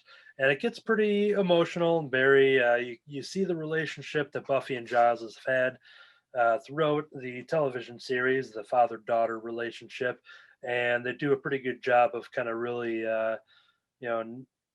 diving into that and exploring, just what those characters mean to each other, and it kind of leaves it on a very interesting, maybe cliffhanger would be a good way to explain it, but. Yeah, all in all, this was just an awesome issue. Anytime they've kind of jumped into some of these one shots, whether it be Firefly or Buffy, um, they've mostly been within the same continuity or doing the history of the Slayers and the vampires, but still existing in the current comic continuity. But I did appreciate this one just kind of being a curveball and having it just kind of exist as itself and kind of not ignoring, but just kind of putting a pause on the main storyline and just taking advantage of the fact that they have the Buffy license and they can do more with it beyond just the continuing story. So this was just, I loved it. So you can go back on past episode in the back catalog of the Under the Cowl of MS, because Kirby also talked about this title, which I'm guessing was maybe a week or two now already, because this has been in my stack for a while, and with me being gone, it just kept getting pushed. And while there's other books that I put back into my stack, because I'm just like, all right, I missed the moment on there. I have some new books I want to talk about. I like this one so much. This one kept clawing its way back to the stack because I had to talk about it myself. Yeah, that was a very fun book. Good. All right, so that'll do it for me. And then Kirby, take us home with our our final weekly review. What you got? Yeah, I don't know if anybody talked about this yet, but I read Sinister War #1, which I got the awesome wraparound cover that just has tons of characters on it, which I love. This is a very fun Spider-Man story. Jump on. I don't know where the timeline is and stuff, and it does start out with Doctor Strange talking to the devil, and there's something going on with those two. And then it has previously, there's a lot that Peter Parker doesn't know. He doesn't know that the movie starring his girlfriend, Mary Jane Watson, isn't quite what she told him it was. He doesn't know that the mysterious kindred knocked out Norman Osborn and escaped from Ravencroft Asylum. Peter does know that Doc Ock in the new Sinister Six split Kurt Connors from his alternate self, the Lizard, so the Scaly Beast could join the group. But Peter doesn't know that Kindred has been the motivating force behind this new sextet.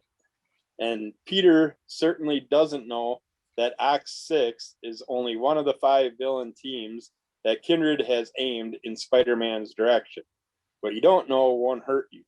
Doesn't apply here. That's kind of interesting. So I know there was 5 teams, but if you follow my other podcasts, I mentioned that I never read these synopsises anymore until I'm talking about the comics. So they're always, I always get little surprises and learn stuff from them. But yeah, you get to see Mary Jane and Peter going to a movie preview or premiere or something like that, or an award show or something. I think it's actually just a movie preview. Yep. And when they're going there, you get to see her with her director, Cage McKnight, who we find out pretty quick that he is Mysterio. She just hasn't told Peter yet.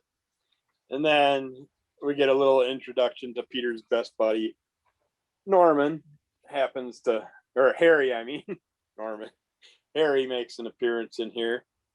And we get a little play around with what's going on, and a gang of characters happen to bust into the premiere, and it happens to be the Savage Six, which is an interesting collaboration of characters, which has my favorite Rhino in there. And I got introduced to like Tarantula. The only introduction to him I remember something with Tarantula in a Spider-Man comic way back in the day, and then this King Cobra character, don't really know much about him either. He seems like a key character that might have been lightly introduced, but they cause a bunch of problems. Of course, Peter turns into Spidey and deals with what he has to, and while that's going on, we happen to have some more characters jump into the event, and they're attacking the Savage Six, and these are the Sinister Six. So it's not like they're really coming to help Spidey or anything. They're just basically setting events into place for themselves and stuff. But this is so much action. I would love to see this become a real-time movie, not animated, because I've seen lots of Sinister Six stuff in the animation form, but I would really like to see this as a movie, but I know it would cost them probably way too much damn money with that many people and main characters involved in this. But yeah, I was thinking it was going to be 3 groups, but yeah, according to that synopsis, we might see 5 groups, and I thought this was only going to be like 3 comics, wasn't it? It was going to be a short run. This is existing within the current Amazing Spider-Man book, but it is entertaining to hear how much you liked it without being up to date on everything that's going on. Yeah, you definitely don't have to be on any of those runs to get into this. Yeah, so what Nick Spencer and Mark Bagley and all the other artists have been, Ryan Otley as well, have been telling since the first issue of Spider-Man, and they're up to like the early 70s right now, because Nick Spencer is leading up to the end of his run, which I believe is issue 74 or 75. So this is kind of like the last big splash of wrapping up everything he's been building for these last couple of years. So the stuff that you see with like Mary Jane, she had a mini series that was like 5 or 6 issues a year or so ago. So all that stuff is dealt with Mysterio and her in this movie. And then all the stuff going on with Kindred and Harry and Norman and all of the other stuff with the Sinister Six and the Doc Ock coming back. All the stuff has been building up over the last couple of years into this explosive event. So that's kind of where we're starting here. I don't know how many issues the Sinister War is running as the title, but I am imagining it's going to leak into the Amazing Spider-Man title as well and go back and forth. But I don't see a checklist like they normally do. So I'm not sure where we're sitting. And this also, I think I ordered some other issues of this, so I'm not sure how long it's going. They do mention the Amazing Spider-Man on the back cover, but okay. It got me wanting to check out the other regular Spider-Man runs just to see where this is all coming from and stuff, but you can read it without, no problem. So yeah, and this has been a lot of fun, and just kind of seeing the way that the whole Kindred is the main story that's been going on here. He's been teased since the opening arc, and he's just been in and out while all this other stuff is heating up. And to comment on you wanting to see this in live action, I'd say it's more likely than not, based on what's coming up with the Spider-Man No Way Home and the stuff that has been confirmed, and there's been a lot of stuff confirmed that would lead to be that we're eventually going to see a Sinister Six type of thing, and it might even be on some multiversal level more than just a plain here's Sinister. Yeah, with all that Doctor Strange stuff you've been talking about, and then seeing him on the first page, I'm like, and ever since the success of not only teaming up with Disney and Sony with the sharing Spider-Man rights and doing that, and then them branching off to do Into the Spider-Verse by themselves, and then doing Venom by themselves, Sony I'm talking about, and making a big hit out of that, And now we got Venom 2 on the horizon. They're doing a Craven movie that they officially announced with Aaron Taylor Johnson, who was Quicksilver and Kick-Ass. So they're doing a Craven movie in the Sony universe. We have the Morbius movie with Jared Leto that I think is going to be January, February of next year. And more as you see Kevin Feige doing interviews about all the Spider-Man stuff, early on, you saw him shake his head no a lot whenever Sony head Amy Pascal was talking about that. Oh yeah, Venom exists in the Spider-Man universe with Tom Holland and stuff. And there's those slow motion videos of Kevin Feige looking freaked out and just kind of trying to put out the fire real quick, being like, "No, we didn't. We none of that stuff exists. They're separate movies. We're not making those." But as it's been going on, as this idea of the multiverse and timelines and stuff that they're building for the current MCU, and of course the success of Into the Spider-Verse, you're seeing a little more of smirking and more of him, hey, you never know what could happen. So I'm guessing that within this next 5 years, we're going to be actually seeing all of these spin-off villain movies actually leak into a Spider-Man movie with Tom Holland, and I think it's going to happen. I mean, Sinister War is definitely going to be a bigger thing because they just have, you know, they're dealing with possibly up to 6 Sinister Sixes, because right now we got 5, but I don't know, we might have up to 6 yet. So they're definitely dealing with a lot of villains on that front, but I think we're going to see a pretty good version of that probably coming up soon. That's just me. Kevin Feige somewhere is just shaking his head no as he hears some random dork on a podcast saying, yeah, they're going to do it. I've become the Amy Pascal of the Crimson Cowl Comic Club, which is a compliment to me because she's very successful. So I'll take that job any day. Okay. Was that everything? Did we? Okay. So yeah, that was everything for the weekly reviews. We do have one more segment. We have part 2 of 2 of our previews preview. We were probably a week away from a Spider-Man trailer. Like, this is me saying it. I keep saying it's got to come out in July. We're at that 6-month period for the December release. You know, they had to wait till certain other things ended before whatever the heck they're going to show us in a trailer. That's all I'll say on that front. But I'm guessing that before July ends, we will see what we're in store for Spider-Man Far From Home, or Far Away From Home, No Home Alone from home for Christmas.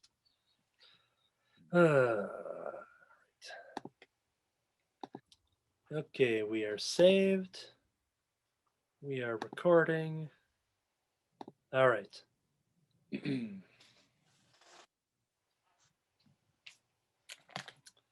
Okay, in the news segment, we have part 2 of 2 of our previous preview. Listen back to issue number 189 of this podcast to hear some Marvel and DC picks from our club members. I wasn't there for that one, so I'm going to just burn through the Marvel and DC stuff super quick. In September, we got Ms. Marvel Beyond the Limit, number 1 of 5. Her current series had wrapped up at issue number 75, which was perfect timing for them to kind of restart and come out with a new number 1 by the time her Disney Plus series is set to debut, which is probably going to be October, November, maybe November, December. Once again, Kevin Feige is shaking his head. But I'm excited to see Kamala Khan come back with a new miniseries here. And she'll most likely be part of the current the last of the Marvel story with the Captain Marvel arc that is starting in September, October as well. I wasn't reading this series, but I'm picking up this one issue halfway through. Symbiote Spider-Man Crossroads number 3 of 5 by Peter David and Greg Land. The Dimensional Warp Tour keeps rolling as Spider-Man comes face to face with a certain big red dinosaur. Why am I showing you the preview copy of the big red dinosaur when I always have Devil Dinosaur and a bunch of stuff that fell off of him? Skrull heads, of course. Devil Dinosaur is here with the podcast, and Moon Girl here with us every single week.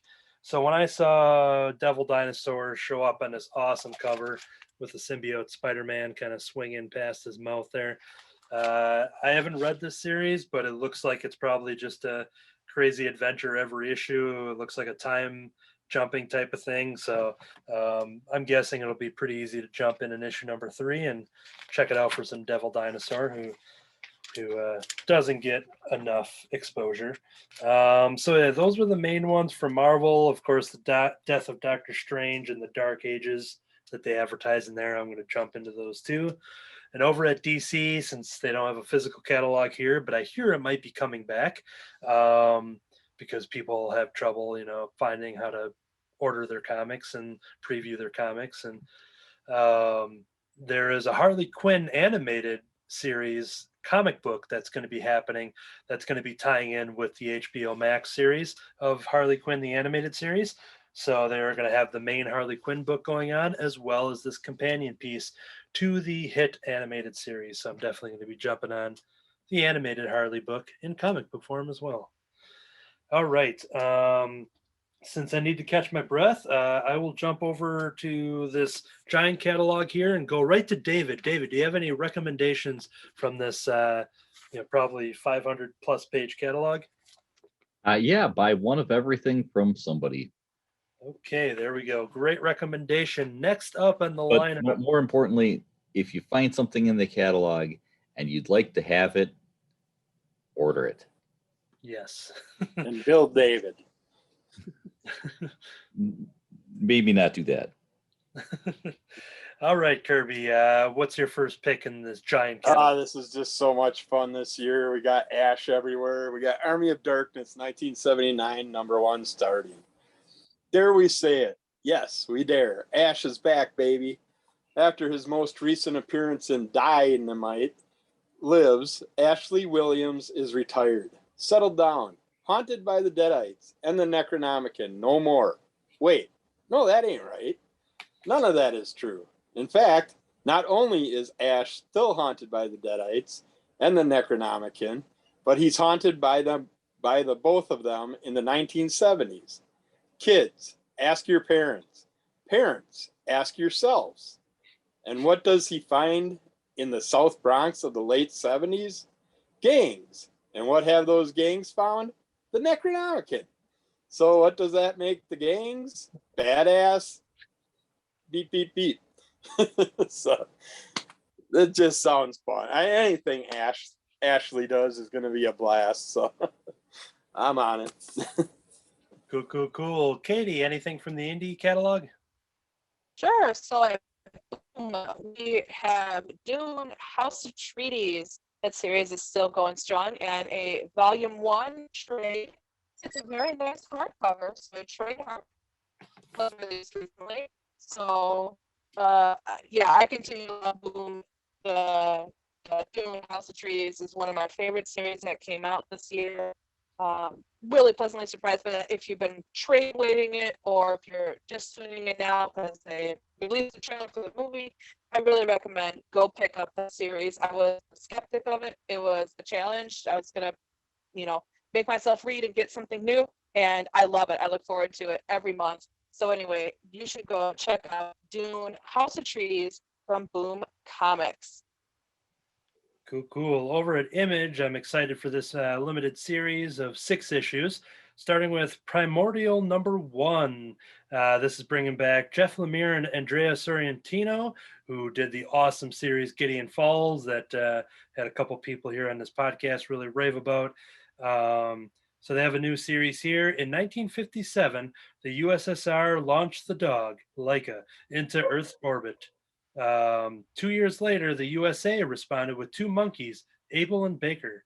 These animals never returned, but unbeknownst to everyone, they did not die in orbit. They were taken, and now they are coming home. This is normally, like, if I just read that preview, is something I probably wouldn't normally pick up on, but it's an automatic pull list when I see Jeff Lemire, especially teaming up with Andrea Sorrentino. They proved themselves with Gideon Falls to be like, yep, I'll go for him on this ride. And just looking at these preview pages, I'm seeing Sorrentino's great art and just the way he just does all of this interesting paneling work. We saw this in Gideon Falls where he just kind of creates something new and just kind of breaks form and just changes the panel pacing game and stuff. And it really reflects with the storytelling that him and Jeff Lemire pull off. So I'll check out Primordial #1. So Kirby. Yeah, we got Vampyverse #1 coming out. Vampirella. A different Vampirella for every thread, for every kind of story across the fabric of time and space. A Vampirella of every conceivable notion, born to protect her particular reality. But now someone is killing them and stealing away their precious life energies and growing in power. It is up to the Vampirella of one of these universes to gather some of her special sisters to stop their growing threat and keep it from destroying the creator of all things, the artist, and preventing the unraveling of all reality. So yeah, another great Vampirella thing coming out there, so I'm jumping on it. And that's by Dynamite also, of course. All right. Katie. Yes, my next pick is from IDW. Funnily enough, it's a Star Wars title. So remember, Marvel does not have all of them. IDW is publishing an original Star Wars graphic novel by writer Kevin Scott, who I talk about all the time. Really doing great things. I'm just really privileged that we get to watch him progress through these cool stories. Anyway, this graphic novel is called The Monster of Temple Peak. It is focused on the character Ty Yorick. This is from the High Republic line. It does sound like you want to know a little bit about what's going on in the High Republic to read this. Ty Yorick is a new character, I think, that is coming out of the High Republic novel by Kevin Scott, The Rising Storm. That was just released a few weeks ago. So if you haven't read that yet and you'd like to, maybe don't look too close at spoilers. But anyway, it's going to be about Ty Yorick, who is a former Jedi turned monster hunter. I have been having a lot of fun with the High Republic, especially the comics. I like the concept for this character. I like that Kevin Scott is writing it, and I am excited that we're getting an original graphic novel.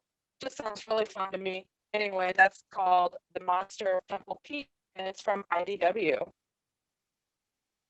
Cool. Judging by Kirby's reaction, I think him and I were on the same page thinking you were talking about Star Wars Adventures Ghost of Vader's Castle, right? That's going to be my next one. So yeah, we'll talk about that too. I am also recommending that you get Star Wars Adventures Ghost of Vader's Castle. This is the most recent entry in their Vader's Castle line. They've been doing this is going to be like the 4th year, actually. And the Vader's Castle series usually comes out in fall, tying in with Halloween. So it's got some spooky stories.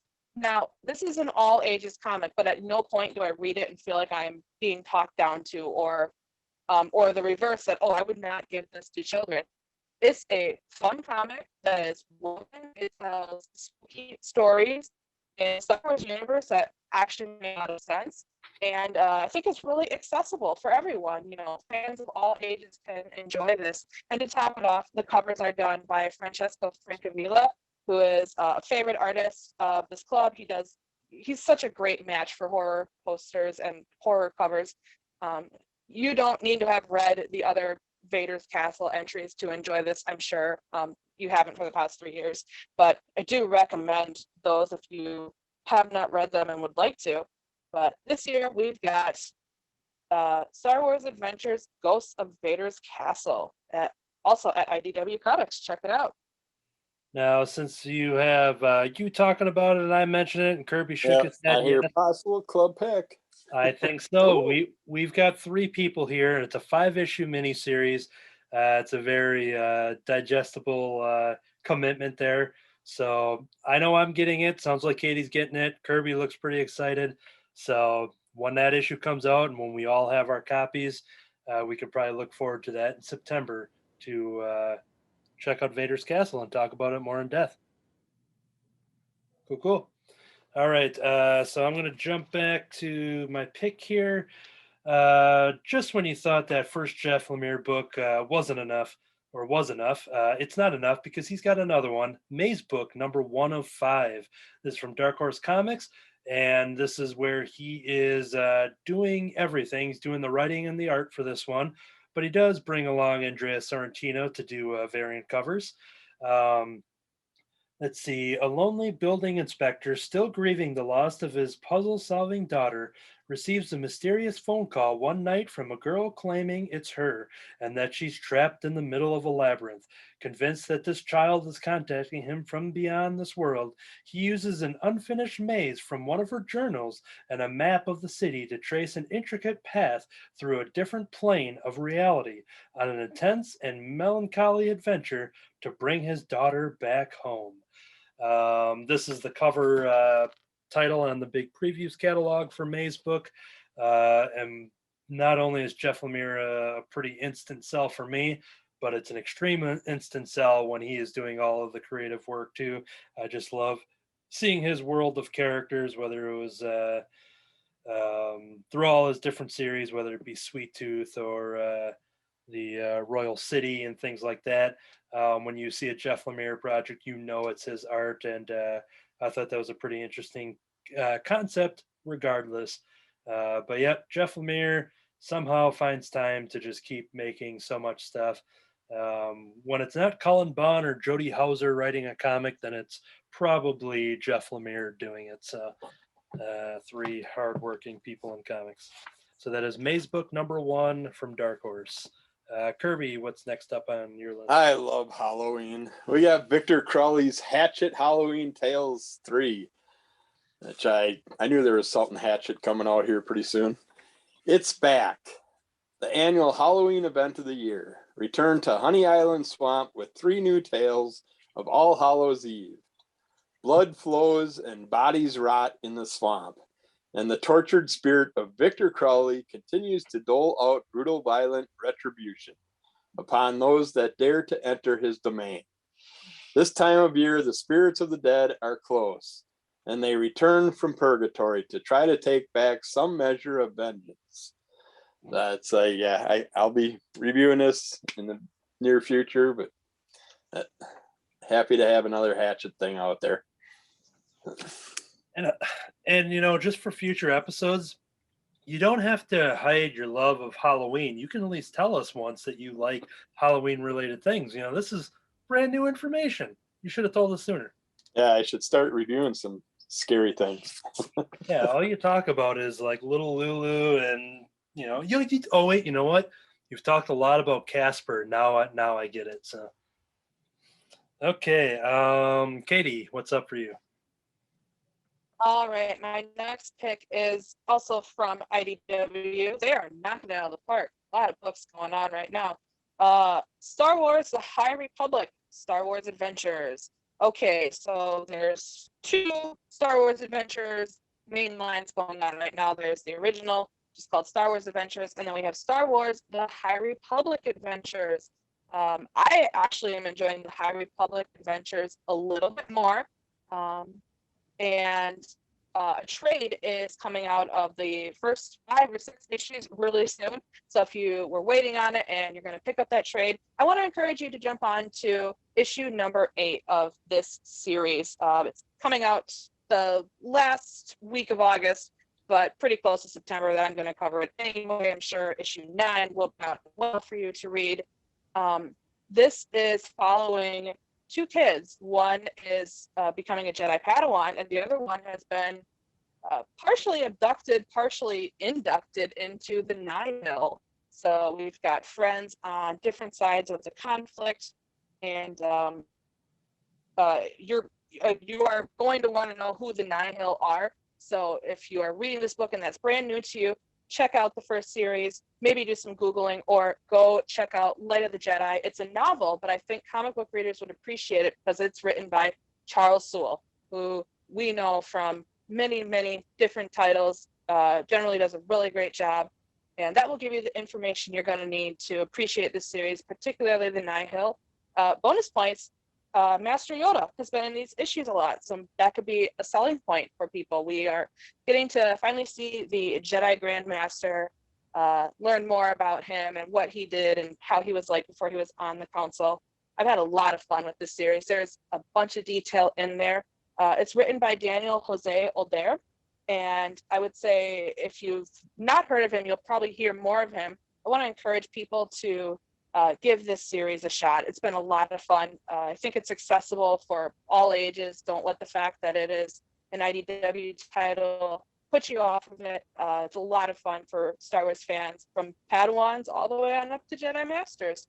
Anyway, that's going to be my last pick, unless we do one for the club from the Indies. Star Wars Adventures: The High Republic from IDW. Cool. Over at Boom, I was so pumped to see Firefly doing one of their one-shots that I mentioned earlier. Firefly River Run #1 of 1. It's a 40-page, $8 one-shot. This is telling the story on how Simon Tam from the Firefly Serenity world in the movies and the show, show in the movie, how he rescued his sister River. That is something that opens up the movie that we just kind of jump into the action. But this comic is actually going to dive into how that mission happened. I was so pumped to kind of see them explore that. I've just been loving every single issue of the Firefly comics, going back to the Dark Horse ones. I don't think there's a single weak issue in the bunch. And River's my favorite character from the whole franchise. So to see this story, I am so pumped up for it. And the variant cover here by Adam Gorham is just gorgeous. It should be the main cover, since Simon's like he's like the focus of the main cover mostly, and you see a little bit of River. But that's why you can order a variant cover if you'd like, because River is the spotlight there, and you see the 2x2 hands of blue kind of covering over her eyes there. So yeah, that's one I will most likely be raving about come September from Boom. Kirby. All right, this next one, I know David's been waiting for it to come back, but we got Mullet Cop. After a near-death experience, a mall cop goes undercover as a manager at an all-you-can-eat buffet.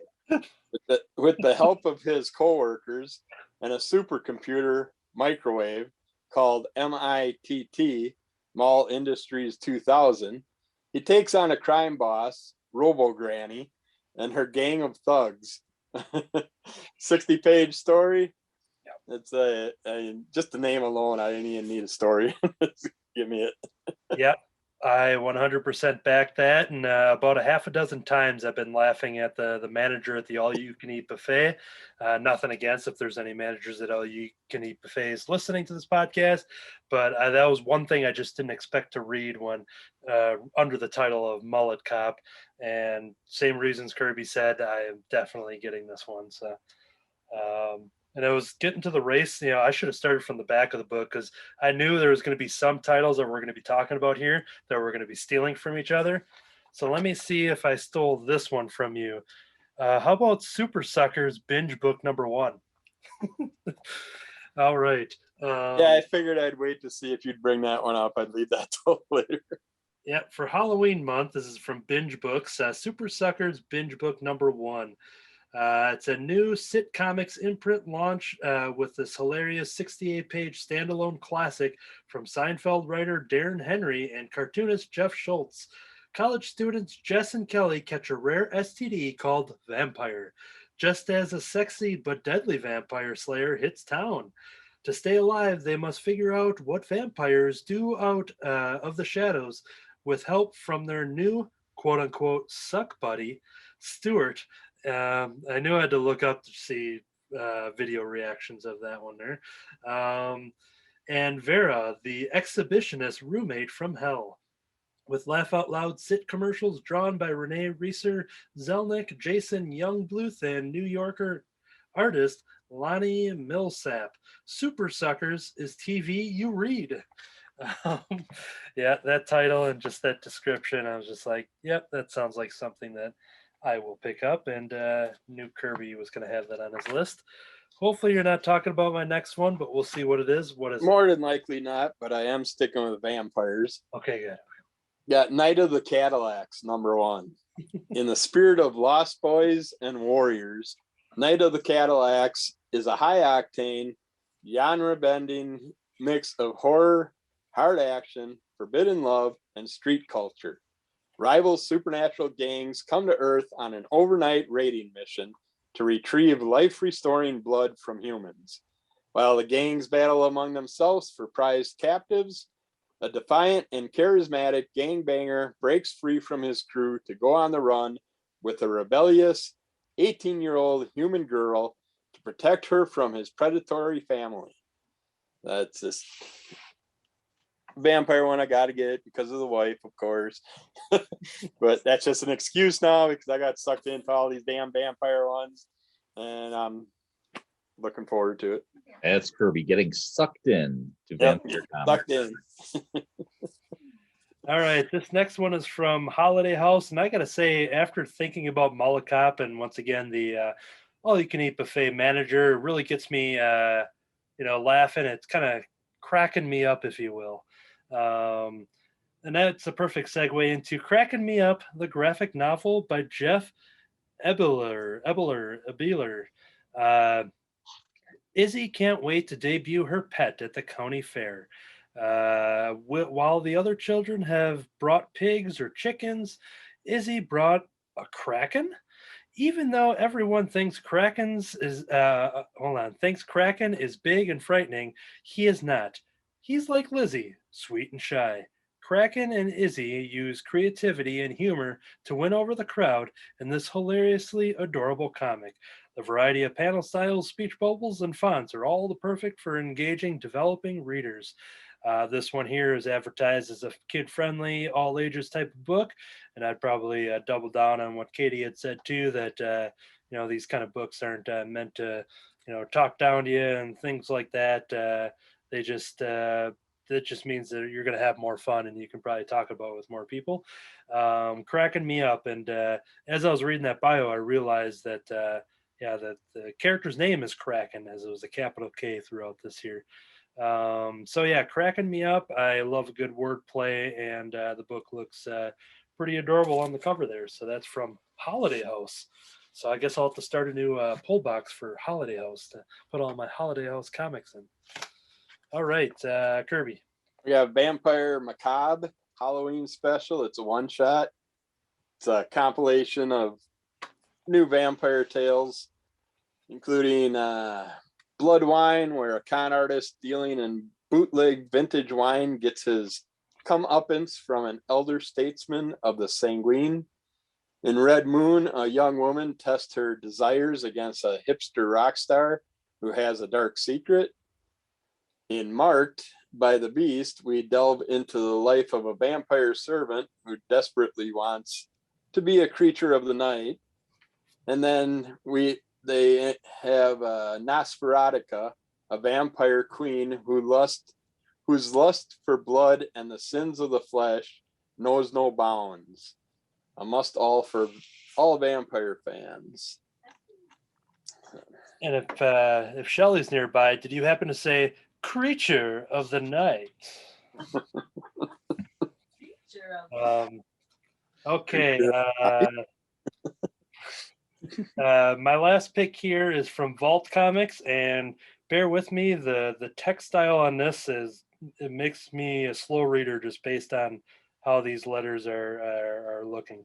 This is Human Remains #1. This is written by Peter Milligan, who I know is the writer from the Ecstatics with Mike Allred, so that drew my attention.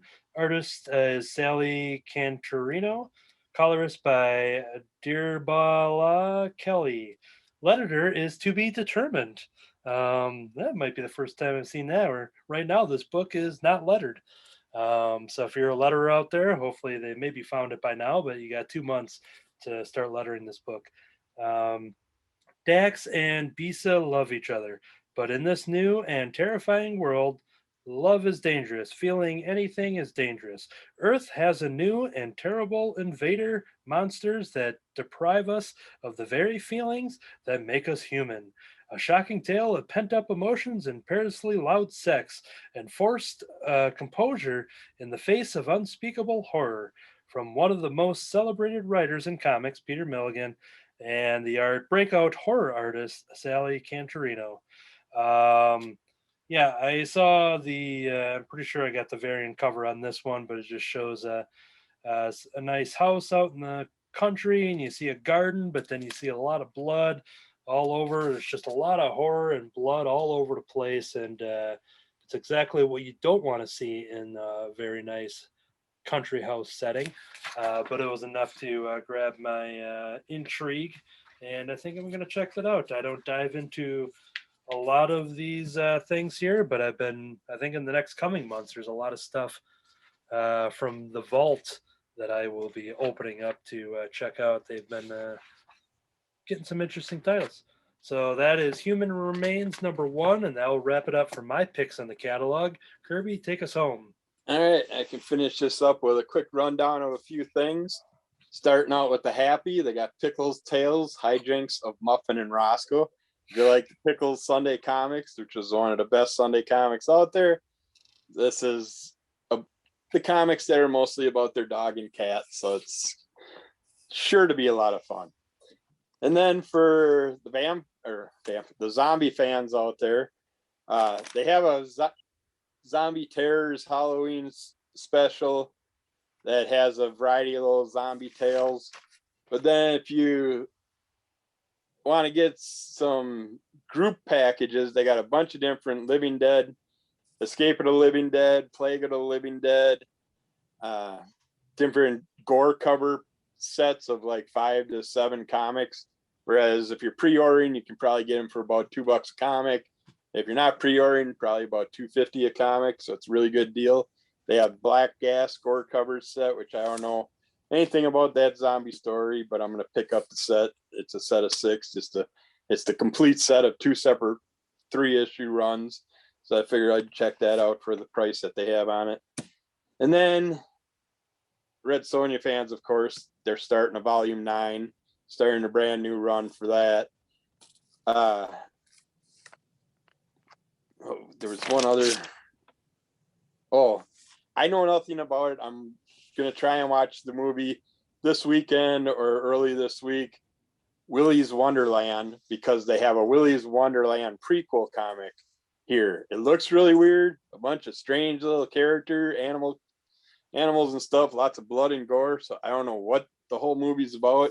I think it's on Amazon or Netflix, but I want to watch that, see if I want to order this comic. But that's about it for me that I'm ordering. So Cool. All right, that'll do it for the Indies preview there. You can once again check out our last episode for Marvel and DC and get your pre-orders in to wherever you buy your comics from to make sure you reserve your titles, not only telling your retailer the books that you want, but it also tells the publishers and the writers and the artists and what you're going to put your dollar to, and helps everybody out there. So check out those and definitely pick up the catalogs or browse them online, because there are, we didn't cover everything. There's probably about 475 more pages there that you could check out. So there's a lot to check out. Once again, as a reminder for the upcoming episodes here, recording on August 7th, we will do Berserker #4, possibly, depending on our attendance. And then on August 21st, the Batman and Scooby-Doo Mysteries #5. And as we found out here in this new segment, breaking news, we have our next club pick decided for the Vader's Castle subtitle, whatever we said. Listen back to the episode. You'll remember what it is. So check that out in the catalog. We do have 3 people here that are excited for it. So we will jump in and talk about that come September, October, based on its release. All right. That'll do it for this episode. Check us out on all the different platforms for podcasts, and rate and review and like and subscribe and share and all that fun stuff. And iTunes and maybe Spotify or wherever you find us. If we're not on your podcast platform of choice, reach out to us. We have a Crimson Cowl Comics Club on YouTube. You can search that. You'll find us probably pretty easy. Drop us a comment on there, or jump over to the Facebook page, drop us a comment on there. It's probably the quickest way to get our attention, unless you run into us in public somewhere. Then just let us know, and we'll try to get our podcast out where we can. Got the Under the Cowl and Under the Cowl of MS spin-off podcasts as well, so check us out where those are available. And I think that is everything for this extra-sized issue which was issue number 190. We are 10 away from 200, meaning we all have to have an off-camera and off-audio conversation about maybe a way to celebrate an upcoming issue 200, which will probably be around October-ish. All right, but that'll do it for now. This entire time, I've been your mom now, and I'm mad. I haven't been a zombie, but I have been spacing out. I've been the Honey Island Swamp Squatch. I'm your friendly neighborhood Jedi ambassador. To be continued.